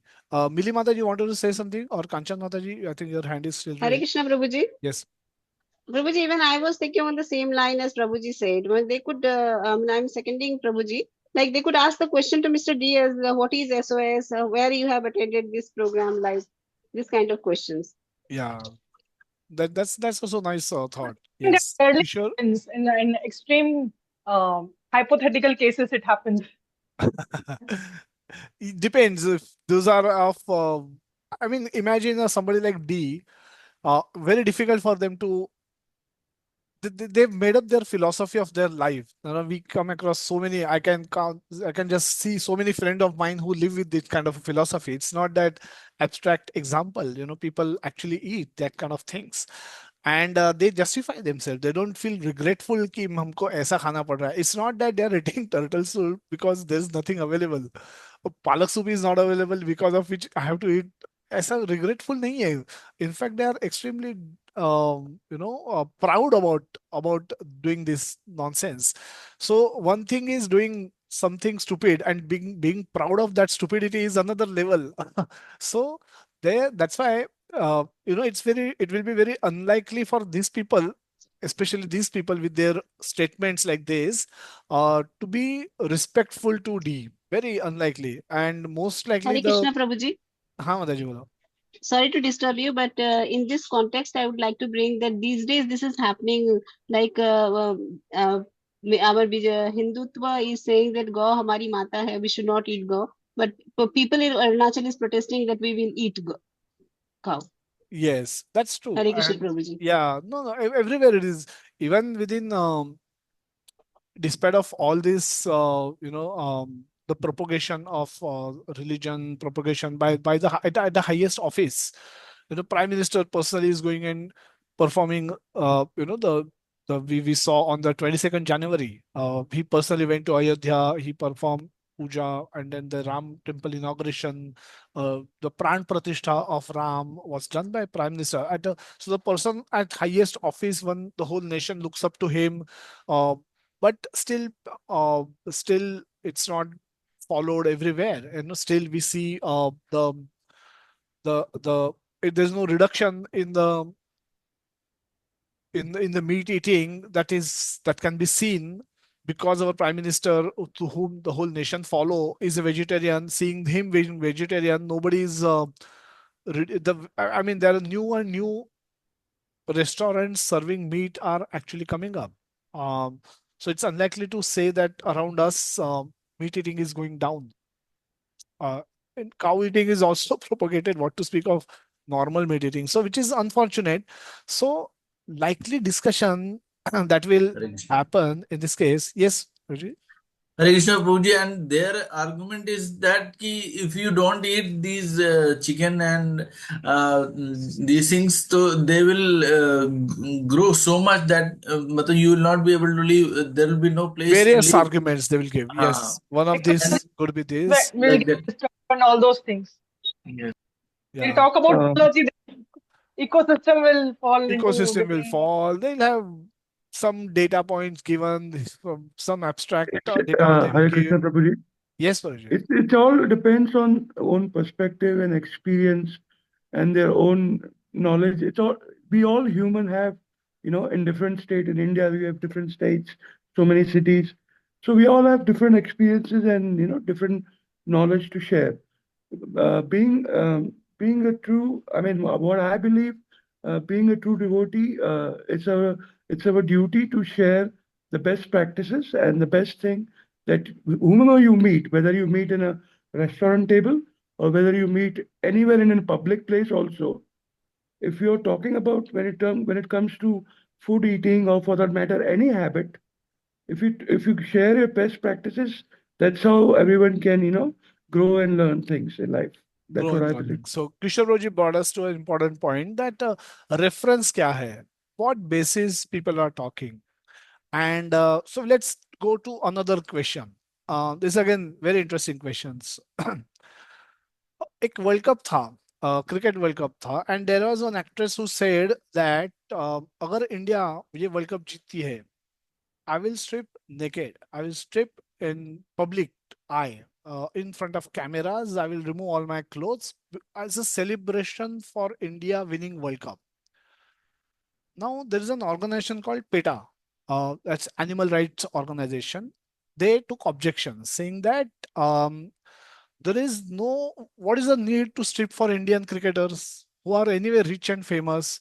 You come and strip for promoting, you know, our activities. Pose nude for PETA, and so we will send a message that animal killing is bad through your nude pictures. What would be your advice to this actor?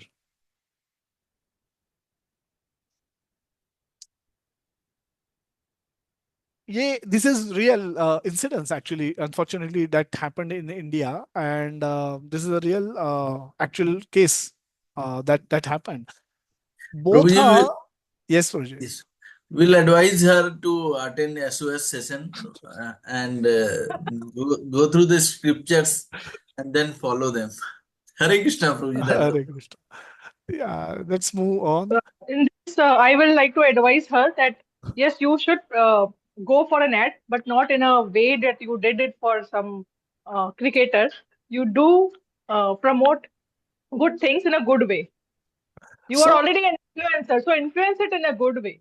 influence community in a better way. So why this is happening in society is because everyone is busy manufacturing their philosophy. So you cannot manufacture philosophy. You can only try to follow philosophy. Dharmam to Exactly. sakshat It's bhagavad pranita. yes. Bhagavad pranita means whatever is spoken by God is dharma. So instructions or the dharma, what is right, what is wrong, is not individual choice. It is determined by God and it is spoken by God. And then we simply have to follow that.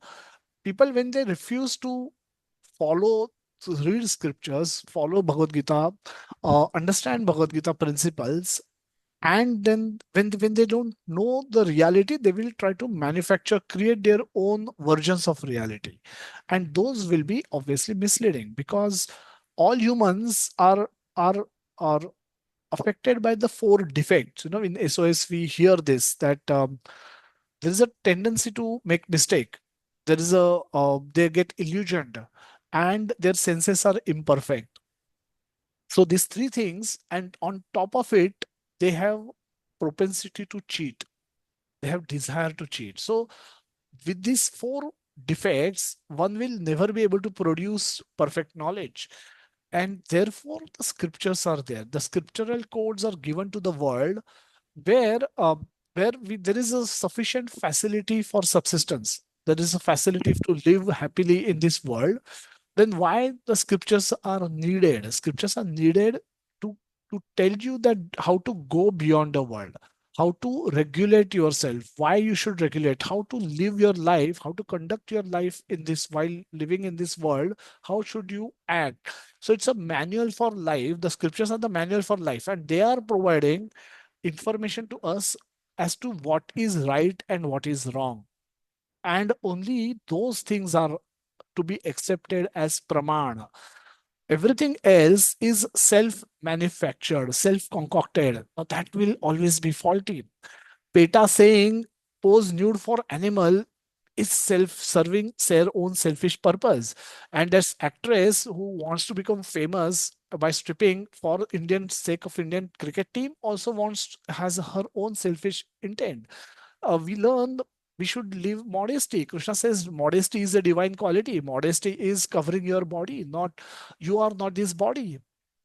So if you develop too much attachment to showcase your body, you will become animal. Tomorrow you may become, next life you may become cat and dog, and they will, then you will roam around the whole city without any clothes. So you don't degrade yourself.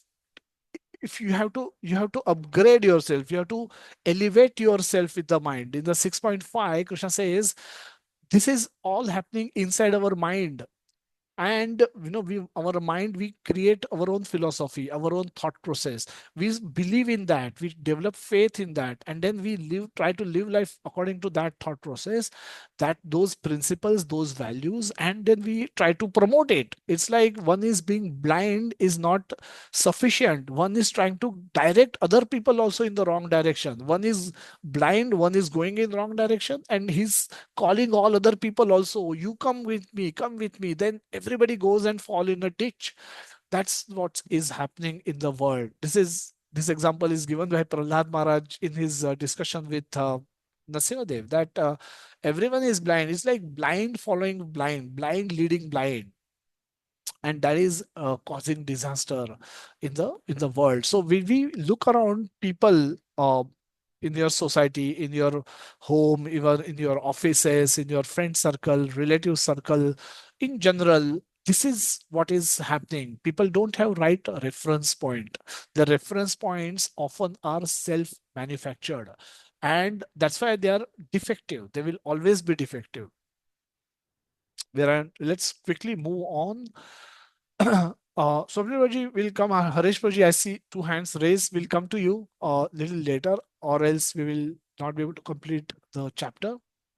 But keep those hands raised if you don't mind. I'll catch up with you post conclusion of this chapter. So we'll quickly go ahead. Chinta aparimeya, chinta aparimeya, chinta, chinta, we all know chinta. What is chinta? अपरिमेय मतलब immeasurable. कितनी चिंता होती है? बहुत सारी चिंता, अपरिमेय. And so they believe that to gratify the senses is the prime necessity of human civilization. Thus, until the end of their life, uh, their anxiety is immeasurable, bound by a network of hundreds of thousands of desires and absorbed in lust and anger. They secure money by illegal means for sense gratification. काम भोग, कामोपभोग परमा, एताद एताद एता एतावदिति निश्चितः, आशा पाश शतैर्बद्धा, काम क्रोध परायणाः इहन्ते काम भोगार्थम, अन्य काम भोगार्थम अन्य येनार्थ संचयात. That is their asha. Very beautiful verses. Chinta aparmeyam cha. Then kama bhoga parama evat etad. Asha pasha, asha pasha asha pasha shater badhaha. Kama krodha parayanaha. Let's see what it means. Aparameya chinta means unlimited anxiety. Pralaya means end of world, end of our body.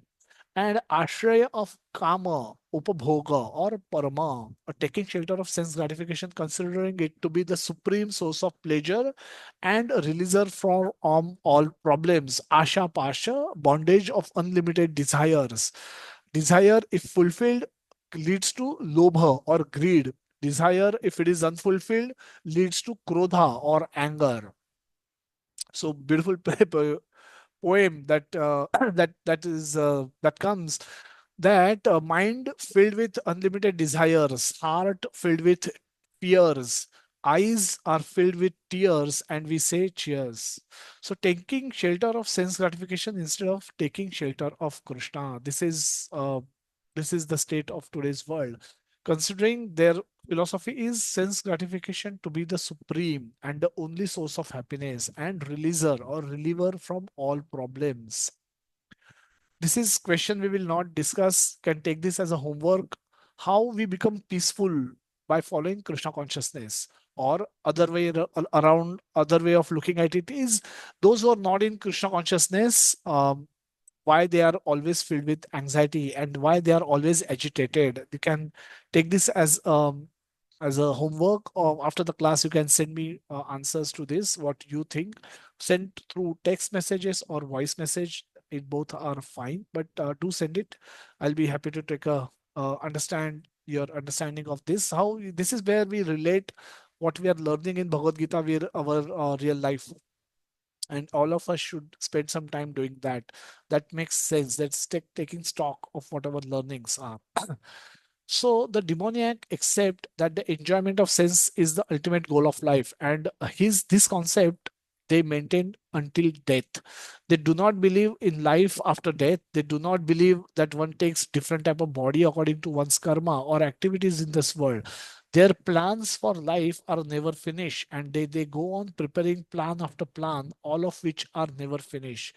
We have personal experience of person who such of such a demoniac mentality who even at the point of death was requesting a physician to prolong his life for 4 years more because his plans were not yet complete.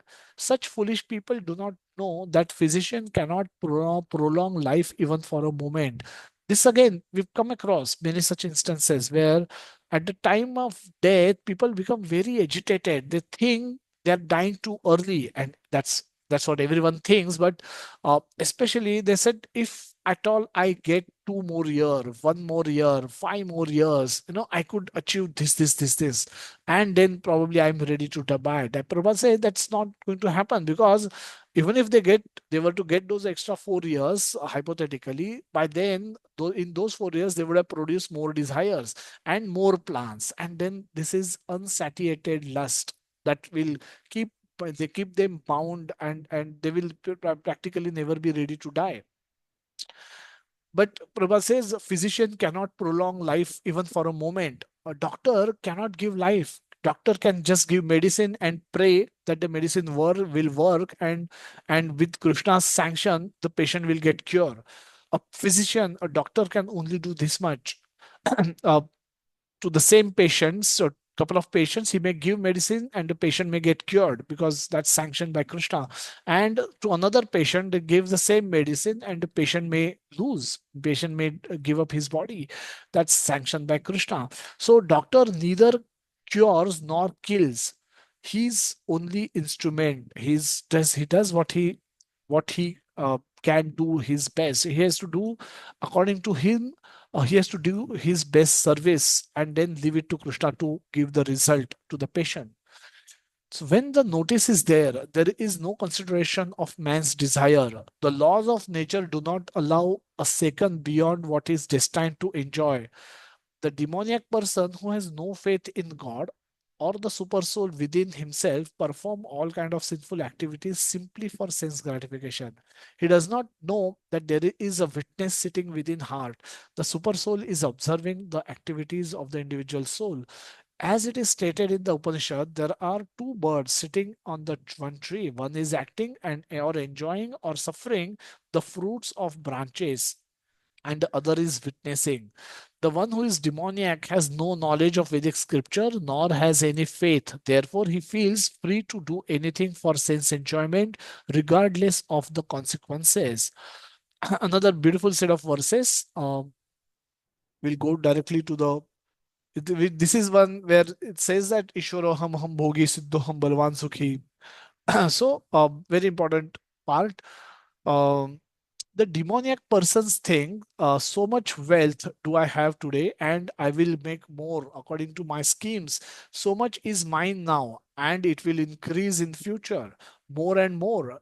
He is my enemy and I have killed him, and my other enemies will also be killed. So this is mentality and thought process of a demoniac person, that I have so much today and my plans, ये सब plan complete होने के बाद I will get so much more.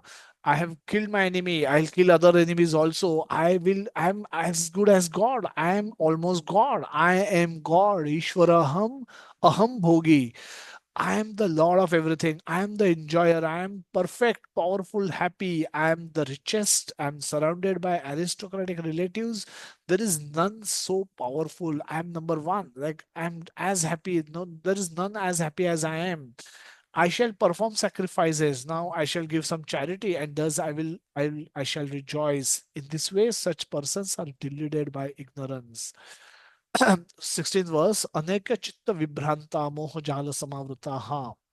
Prasaktaha kama bhogeshu patanti narakeshu che. The perplexed, thus perplexed by various anxieties and bound by a network of illusions. Moho jala samavrutaha. Jal is network, or jal is web, web of illusions. Mohajal, a word, beautiful word. Bound by such a network of illusions, they become too strongly attached to sense enjoyment and fall down into hell. The demoniac man knows no limit to his desire to acquire money. This is unlimited. He thinks only how much assessment he has now and the schemes to engage that stock of wealth further and further. For that reason, he does not even hesitate to act in sinful ways and so deals in the black market or illegal gratification. He believes in his own strength and he does not know whatever he is doing is due to whatever he is gaining is due to the past good or bad deeds. He has no conception of past causes. He simply think that all his mass of wealth is due to his own endeavor. A demoniac person believes in his strength of his personal work, not in the law of karma. According to the law of karma, a man takes his birth into a high family or become rich or very, very educated, very beautiful because of good work in the past. The demoniac think that all these things are accidental or due to the strength of one's personal ability. They do not sense any arrangement behind all the varieties of people, beauty, and education. Anyone who comes into competition with such demoniac man becomes his enemy.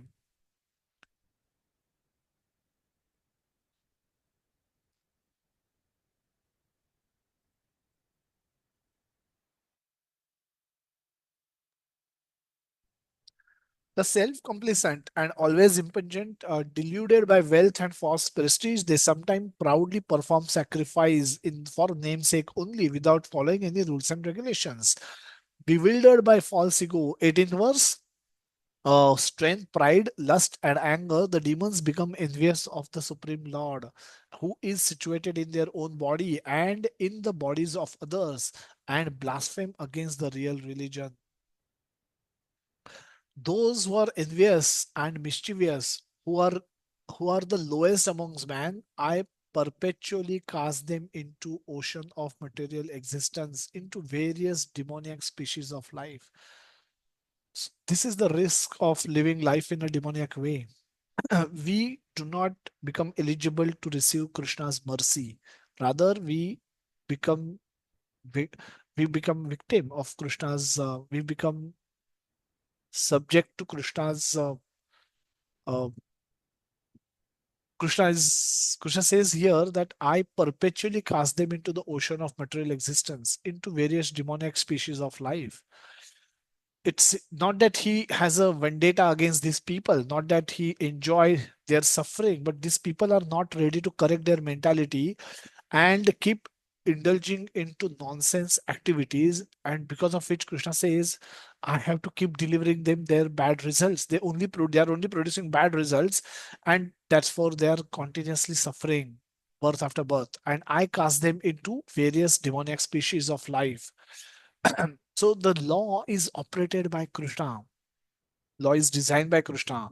We may see law, but and we should also know that Krishna is the creator of that law, the law of karma. And it is working on all of us. No one can escape it. No, the law of karma doesn't make mistake because Krishna doesn't make mistake.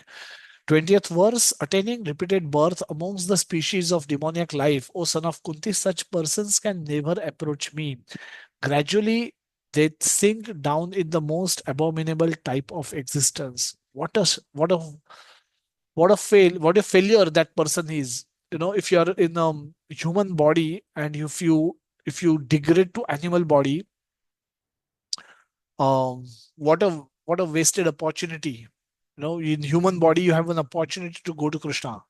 Animal body you have to again rise through all the take millions and millions of birth to come to get another human body. Such a waste of opportunity. The last section that we'll see is the getting free from demoniac qualities. What do we do? How do we overcome this? Now we such a risk, and we all seems to have these qualities. How do we overcome them? Let's see what are the three gates. There are three gates leading to this hell: lust, anger, and greed. Every sane man should give these up, for they lead to the degradation of the soul. So, degradation of the soul is as the soul becomes is prevented from becoming a devotee of Krishna. Soul is prevented from performing spiritual activities. Soul is prevented from learning spiritual knowledge, learning Bhagavad Gita. That is a degradation of the soul. Because if you don't do this, what you will do? You will do material knowledge. You will only get knowledge for sense gratification, and that will be uh, through these three things: lust, anger, greed. And this is gate leading to hell, highway to hell. 16.21, the most important verse. The man who has escaped these three gates, Krishna says, protect yourself from these three gates. Elevate yourself, protect yourself from these three gates. The man who has escaped these three gates uh, of hell, O son of Kunti, perform act conducive for self-realization and thus gradually attain supreme destination. यह शास्त्र विधि विधि यह शास्त्र विधिम उत्सृज्य वर्तते कामकारतः न न न स सिद्धिम अवाप्नोति न सुखम न पराम गतिम. क्या गति होती है अगर ये शास्त्रों के अनुसार कार्य न करने का गति क्या होता है? तो ये होती है: he who discard scriptural injunctions and act according to his own whims and attains own whims attains neither perfection nor happiness nor the supreme destination. Prabhupada writes that Shastra Vidhi, or the direction of the Shastra, is given to different caste and orders of human society. Everyone is expected to follow these rules and regulations. If one does not follow them and act whimsically according to his lust, his greed, his desires, then he never be able to perfect in his life. In other words, a man may theoretically know all these things, but if he does not apply them in his own life, then he is to be known of as the lowest of mankind. In the human form of life, a living entity is expected to be sane and to follow the regulations given for elevating his life to the highest platform. But if he does not follow them, then he degrades himself. But even if he follows the rules and regulations and moral principles and ultimately does not come to the stage of understanding the Supreme Lord, then all this knowledge can become spoiled. Even if he accept the existence of God, if he does not engage himself in the service of God, his attempts are spoiled. So we are getting information by various degrees. What is worst? And then if you're doing better than this is this, but again, if you're not doing something, then again your efforts are spoiled. But again, if you don't accept God, Prabhupada writes here that one who only for lust, satisfying lust, they are guaranteed their life is degraded. But a human law form of life, one may accept scriptures, but one does not accept God. Again, his life is not successful. If you accept God but does not want to render service unto Him, you don't accept your position.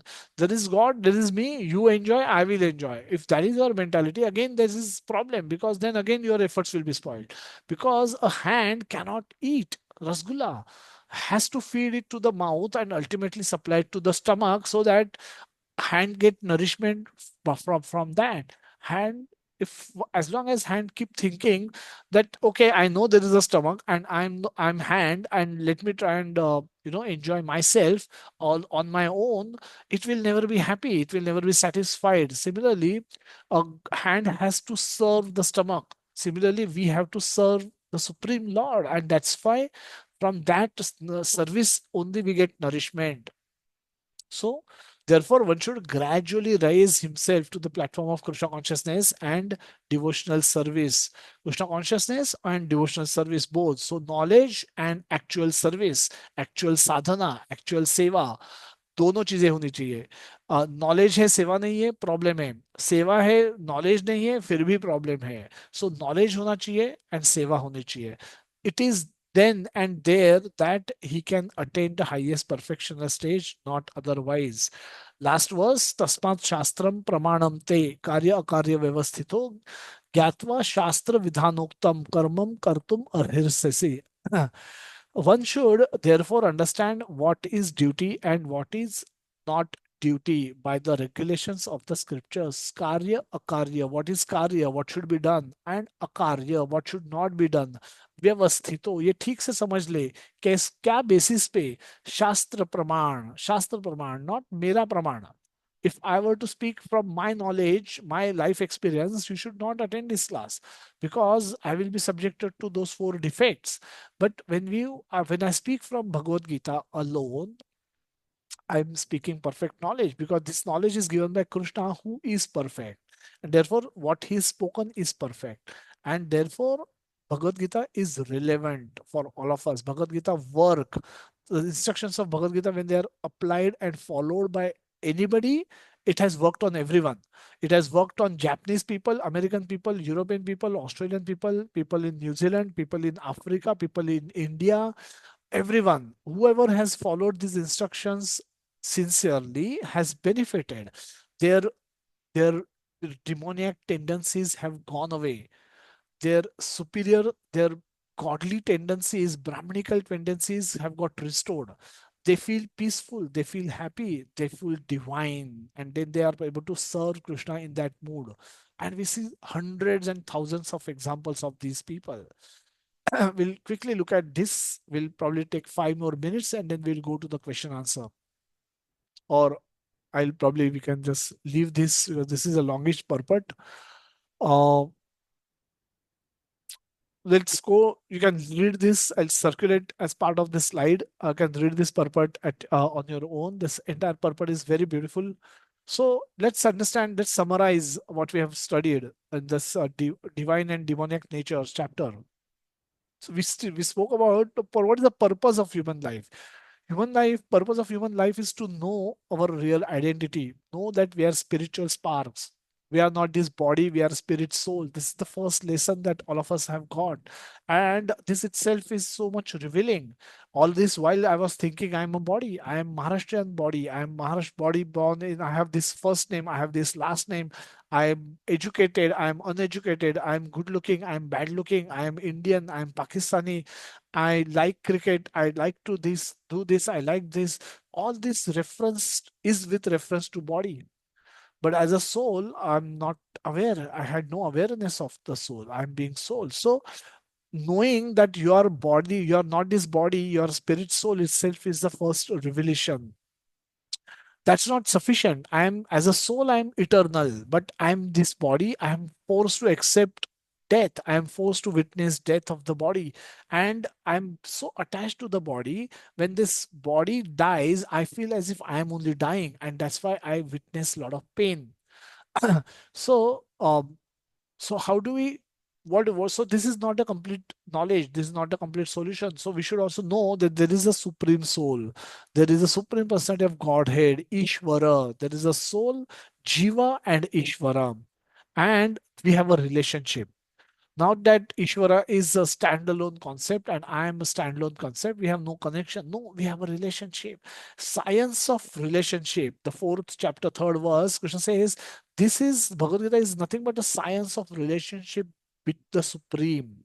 Now that is the most secret knowledge, that you have a relationship with that Supreme. The Supreme is, you are a separated part and parcel of the Supreme.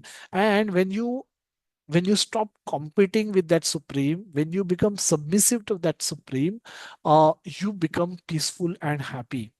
And when you render those service, you can develop a desire to go back to that Supreme. So, and by practice of sadhana bhakti, by we can actually go to Krishna. Krishna introduced his धाम, तद धाम परमम मम करके पिछले अध्याय में उन्होंने उनके धाम की introduction दी थी. And then he says, you all are expected to come to this dham and live eternally and happily in my dham. So that is the purpose of life. If we are unable, if we are doing anything, all our activity should be directed to fulfill this one purpose, this one goal, and all other activities should be subordinate to this goal, should be performed only to achieve this ultimate goal. If they are anukul for this goal, they should be performed. If they are pratikul for this goal, they're taking us away from Krishna, then we should not perform them.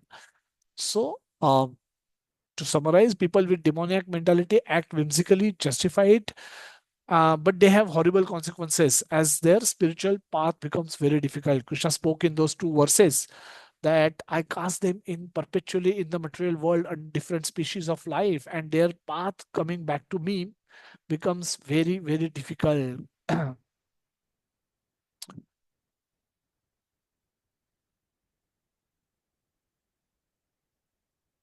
Attains neither perfection nor happiness of the nor the supreme destination को पूरा loose loose बोलते हैं ना हम लोग. तो 6.21 and then 23, 21, 22, 23 are very important, and this is the outcome of their of living in a whimsical way, not following principles of Bhagavad Gita. Therefore, we the one of the most important activity that we undertake is book distribution, is distribution of Bhagavad Gita to each and every individual, and so that they can be saved from this degradation of the soul. They can be successful. They can also make their life successful by becoming Krishna conscious and ultimately going back to Krishna. So so everyone is living life according to their own whimsical philosophies. So this is why, because we are not perfect due to our four defects. Uh, we we are illusion. We make mistake. Our senses are not perfect, and we have a cheating propensity. Because of which, whichever philosophy we may manufacture on our own will be faulty, and we will not. It will lead us to uh, become demons in this life. Scriptures are instructions by God, Krishna, who is perfect without any fault or defect. And by following these instructions, we can act effectively in the world, continue to successfully pursue spiritual progress to achieve the purpose of taking human birth. That is by going back to Krishna. So the two facilities, japa in the morning, reading sessions in the evening. All of you are requested to kindly make best use of these facilities and thereby, cultivate our daily Krishna consciousness. We'll pause here. We'll see if there are any questions anybody may have. Yes, Swapnil Bharji, we can. Hare Krishna, Prabhuji. Dandavat Pranam, Prabhuji. Prabhuji, the slide which described the qualities of devotees, sannyasa. So that there I was having a question. Basically, the first quality what you mentioned out of the entire qualities about the fearlessness, that sannyasi has that quality of fearlessness. But over the discussion, we found out that as a devotee, we too also have to have that fearlessness when particularly when we say that Krishna willing, everything will happen. And that gives us a bigger strength uh, to face the world when we say that I'm totally dependent on Krishna's mercy and I am that therefore I am fearless. So that quality of fearlessness, can it be also adopted by grahasthas, or we have to be discreet? That was my first question. Or we have to be discreet because we are not sannyasi, but we are Krishna devotee. That was my first question. And the second question was relating to who is the grahastha. If I can remember, there are few names which come, but one of the predominant name what comes to me as a grahastha with all the qualities is Gandhiji. And Gandhiji was Vaishnav, and he had all the qualities what were displayed there. In fact, non-violence, truthfulness, fearlessness. Only thing that he is a grasta, and when he left his body, I think in a very perfect sense, he uttered the name of uh, Ram. And I think that he was totally conscious that during his death, at the time of leaving the body, what came to his mind was the what he uttered when he was shot by the bullet. So, so how can a grahastha adopt all these qualities, uh, or we should, as a grahastha, we will only qualify for certain qualities, or we can adopt all the qualities? Because in this materialistic world, somewhere even grahasthas like us have to be fearless, have to be, confident, and have to also be truthful and non-violent and all that.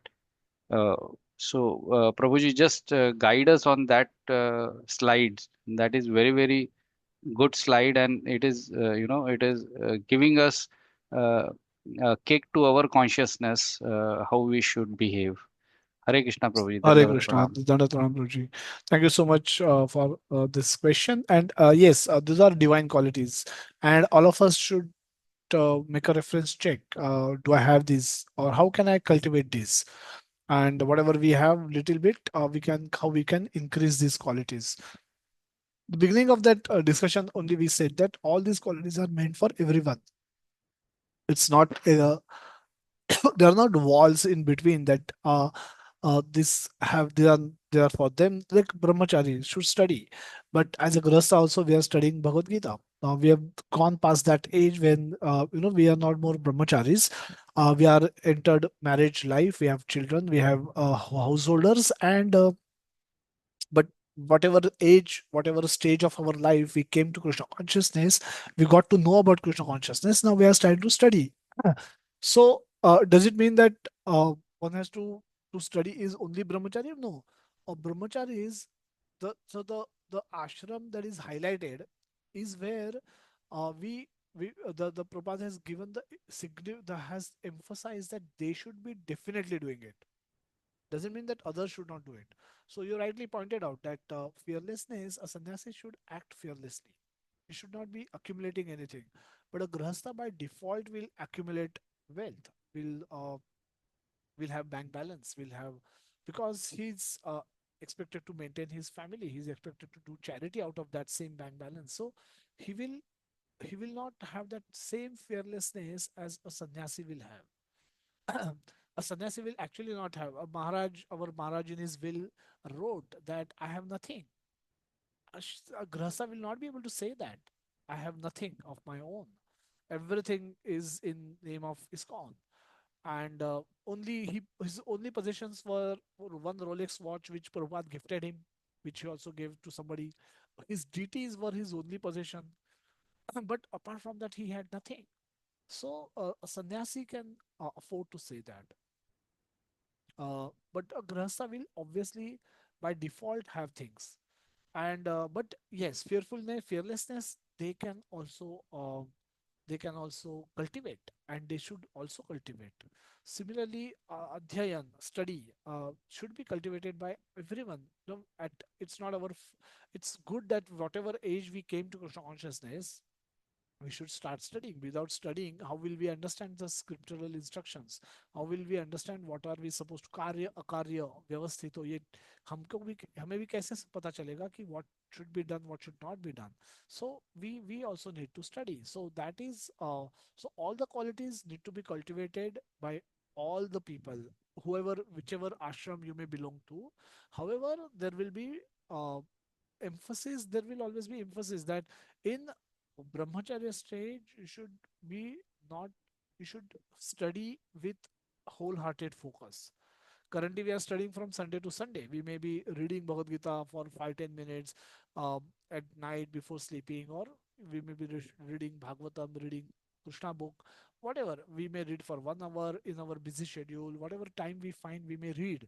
But but a sannyasi or a brahmachari is supposed to, this reading should be his wholehearted whole full-time endeavor. Also full-time activity should be his reading. Otherwise, um, So that is, there is an emphasis on reading is given for the brahmacharis, because that is an ashram dedicated for study of scriptures especially.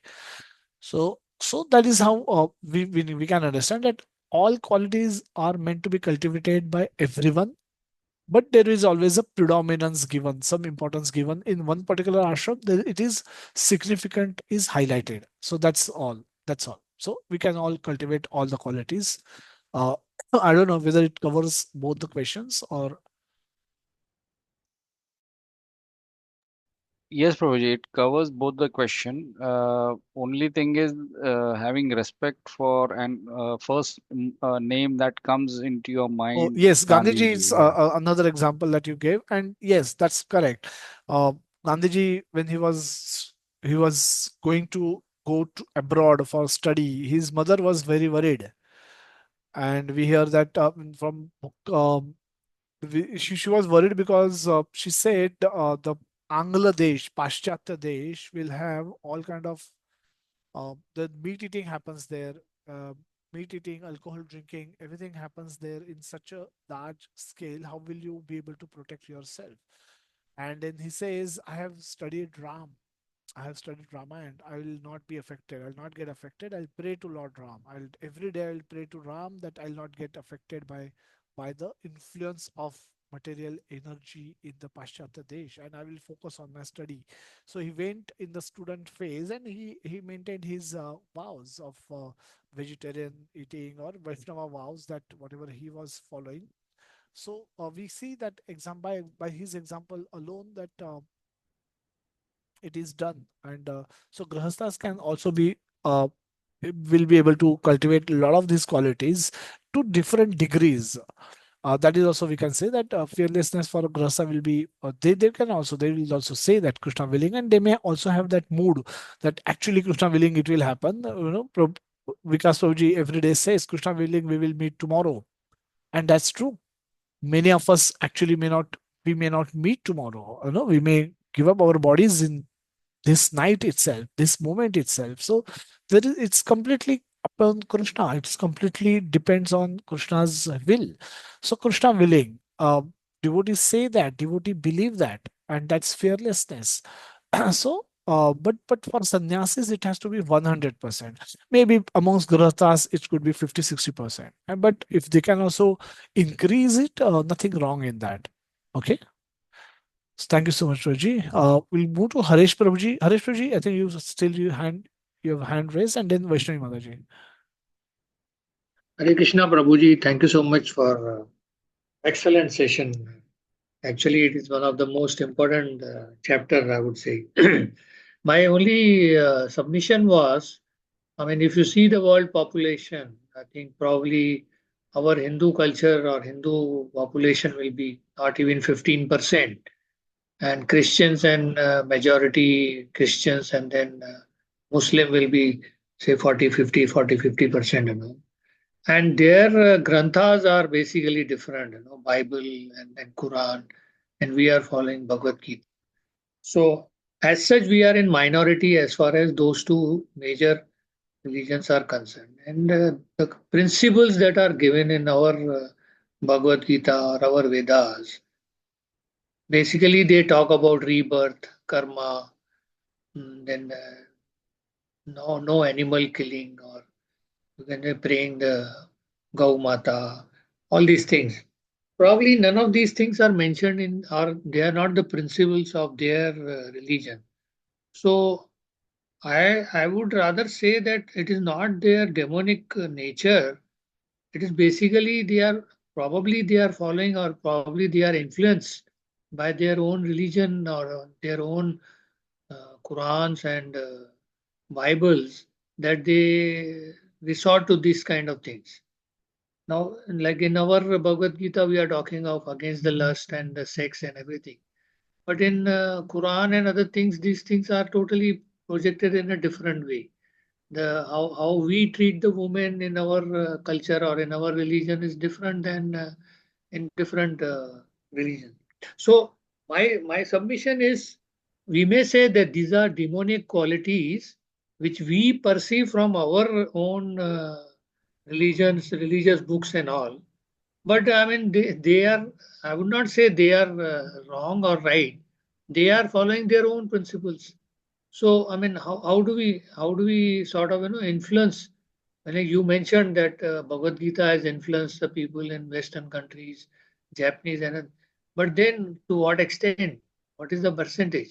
Even in our own Hindu culture, a lot of people are not even averse to meat eating or sex, or you can say following the uh, eating the onions and then garlics and all these things.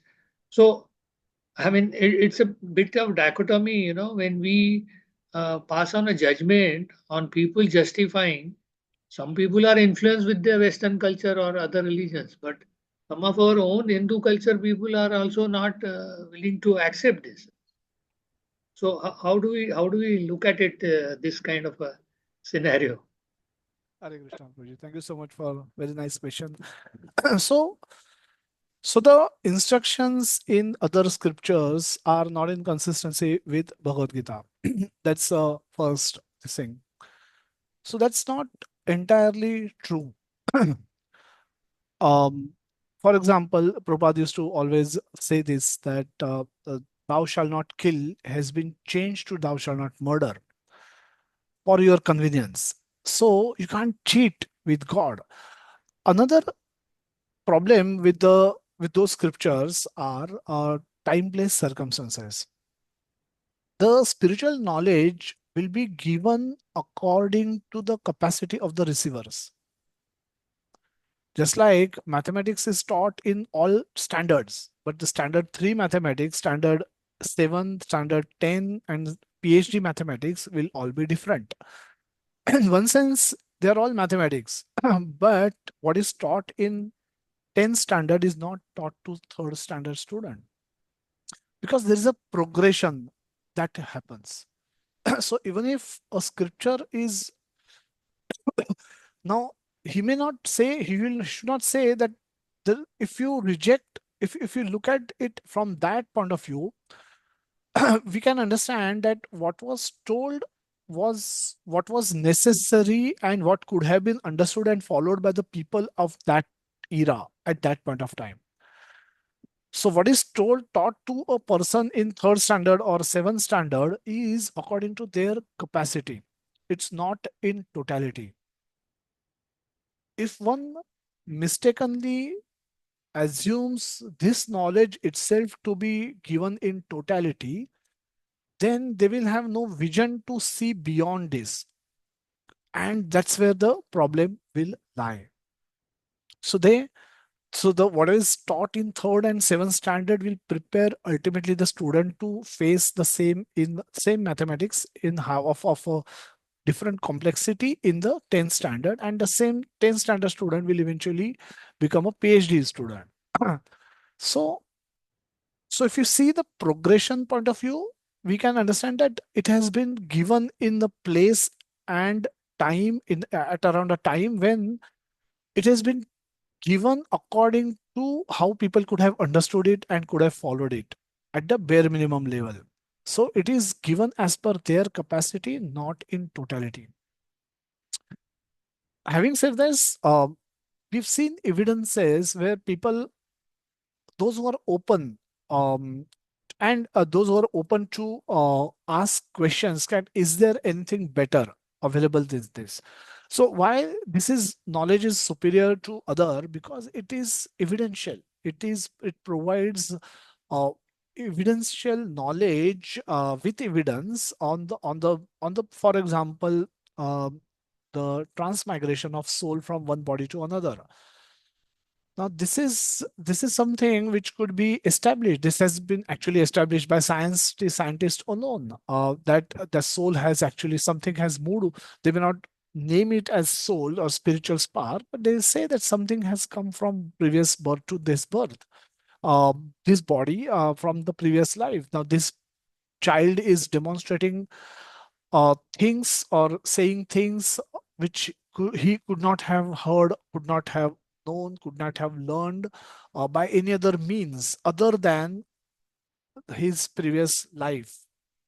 There are out of his out of body experiences. There are past life memories, regression theories all point, not in one or two stray cases, but in thousands of cases, they point towards the fact that something has come from the previous life to another life, and totally unrelated with the parent. The current set of parents have completely different. So though the Islam and Christianity does not propagate um, life after death, or in the same way, or the transmigration, or the past life, present life, and future life, repeated birth and repeated death, they do have those conceptions which are not explained in detail, but those conceptions exist even in those religions. But again, those people were indulged in those the kind of activities that these people were indulged in. This higher knowledge could not be given. So it doesn't mean that knowledge should exist at all. Versus India has always been a land of spiritual destination. It's been spiritual capital of the world, where people always live life with a higher consciousness, and hence Lord chooses to appear here, because then he can reciprocate, because the, a PhD student will always be happy to associate with people who can understand and interact with him, reciprocate with him. He may not, he may sometimes go to a lower classes as well, but he is more comfortable, more happy where he belongs to. And that's how he can be, that's how we can understand why Lord chooses to appear in India, because here he can, if the people have are naturally inclined to spirituality in India, and they are performing devotional service, and therefore the pastimes are all happening in India, in this land Bharat Bhumi. And accordingly, people are getting more and more benefited, more and more liberated, people are moving on. So that's why it is perfect from Lord's point of view to give this higher superior knowledge to Arjuna, who happens to be part of Bharat Bhumi. And from there, this knowledge has been passed on to the subsequent generations. So this is how it makes sense why the Westerners who are ready to open, who have open approach, or they are ready to consider that there could be higher superior knowledge available, um, they are benefited. They got benefit, and we hear Devi Shakti Mataji, we hear Brahmanand Prabhuji, Brahmanand Maharaj, who are all American disciples. We hear Dinbandhu Prabhuji, again American body.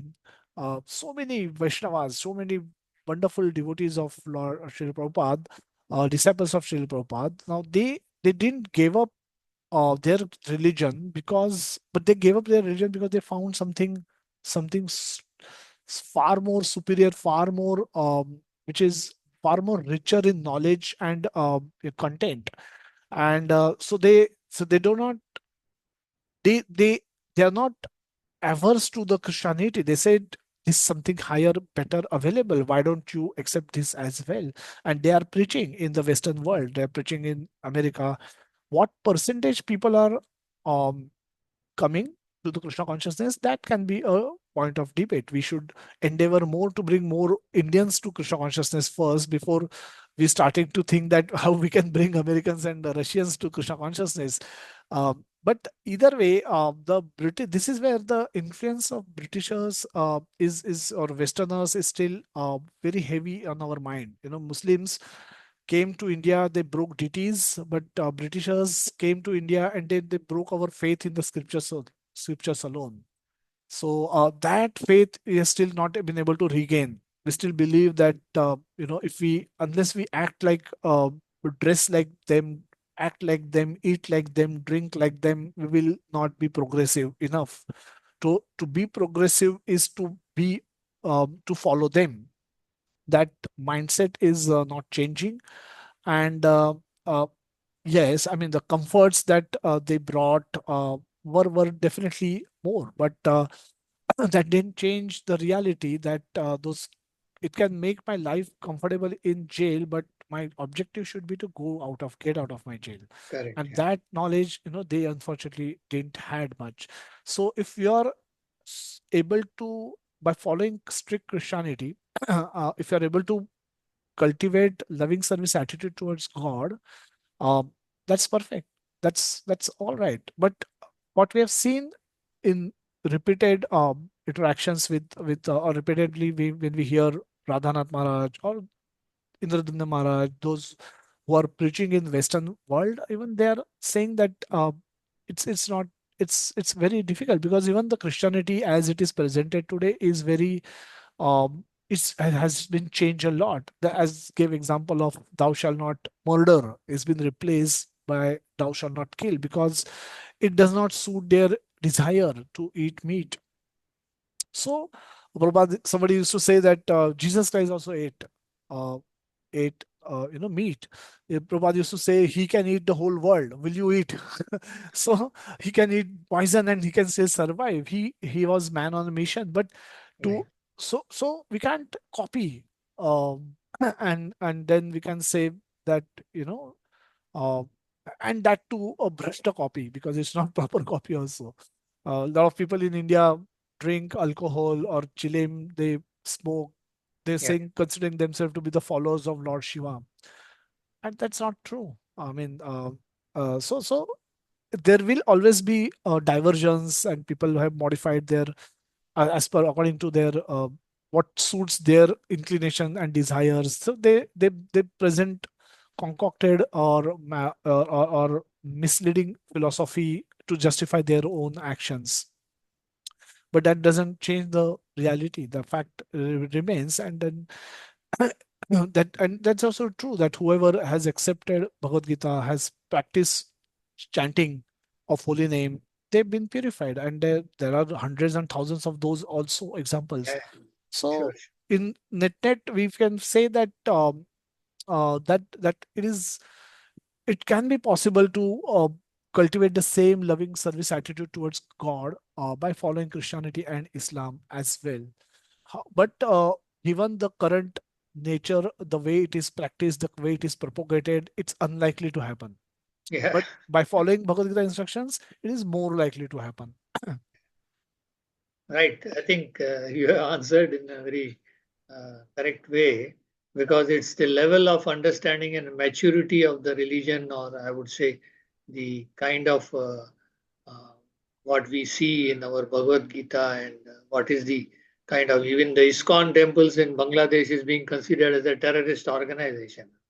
So from that itself, one can make out, the level of understanding about the God and spiritual teachings is so at a very primal stages. Thank you, sir. Thank you very much. Thank you, Prabhuji, Hare for wonderful Krishna, question. fantastic Thank you. session. So, Vaishnavi Mataji, if you have any question, you're still there. Yes, Prabhuji, I have. But can I ask since it's too late? Can I ask since it's too late, or should I text you personally? Prabhuji, I cannot hear you. Sorry. No, you can text. That will be nice if you can text. I can then get back um, as fast as I can. Okay. So Sure, then you Prabhuji. also have Thank a you so question. much. If you can send it on the WhatsApp, or we can have a call. That will Yeah, be sure, Prabhuji.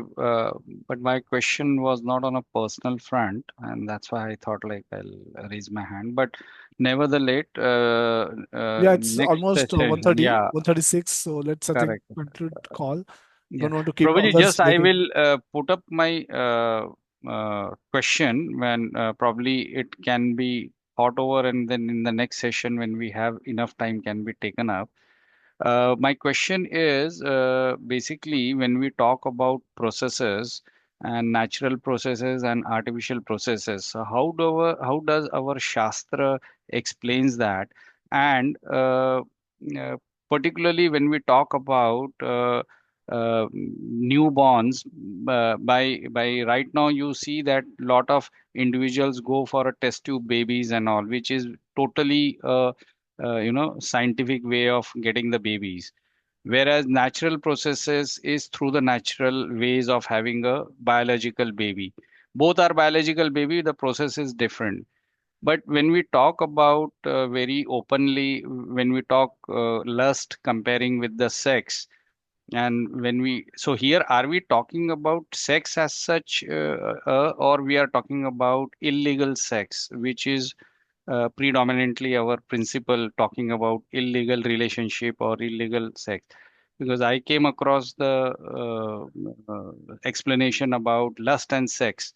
So is sex to be illegal, or sex itself is illegal? Prabhuji, Hare Krishna, Dandavat Pranam, Prabhuji. So quickly, quick answer to this is dharma viruddha kama. Dharma viruddha kama is what is against the 7.13. Krishna says that if karma is performed against the principles of dharma, that is undesirable.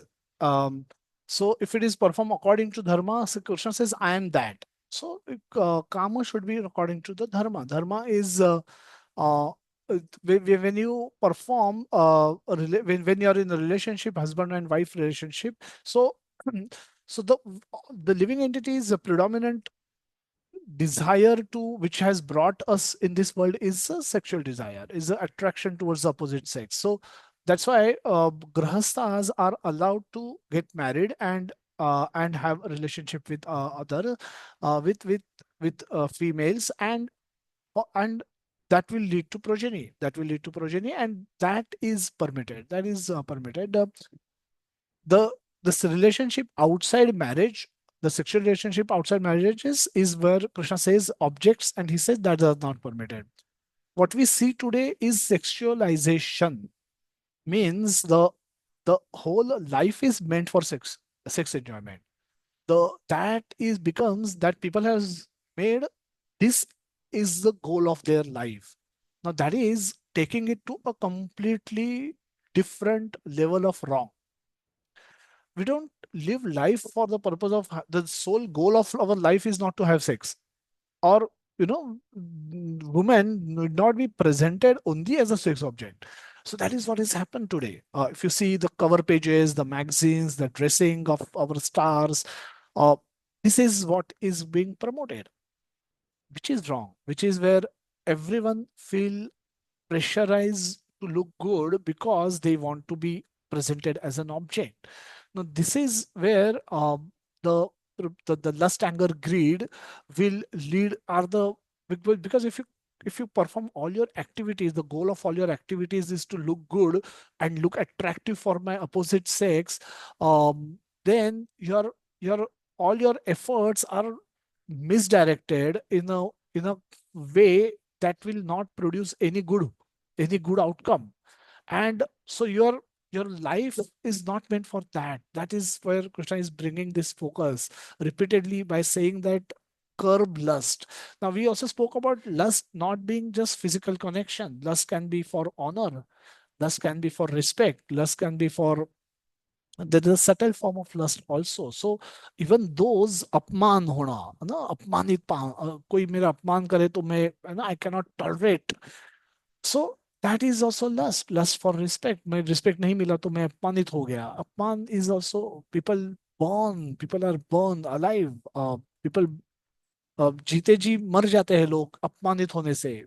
They have so much high ego. So that is also another form of lust, that I should be respected for all, I should be tolerated by all, I should be honored by all, I should be so this is the lust can take different forms.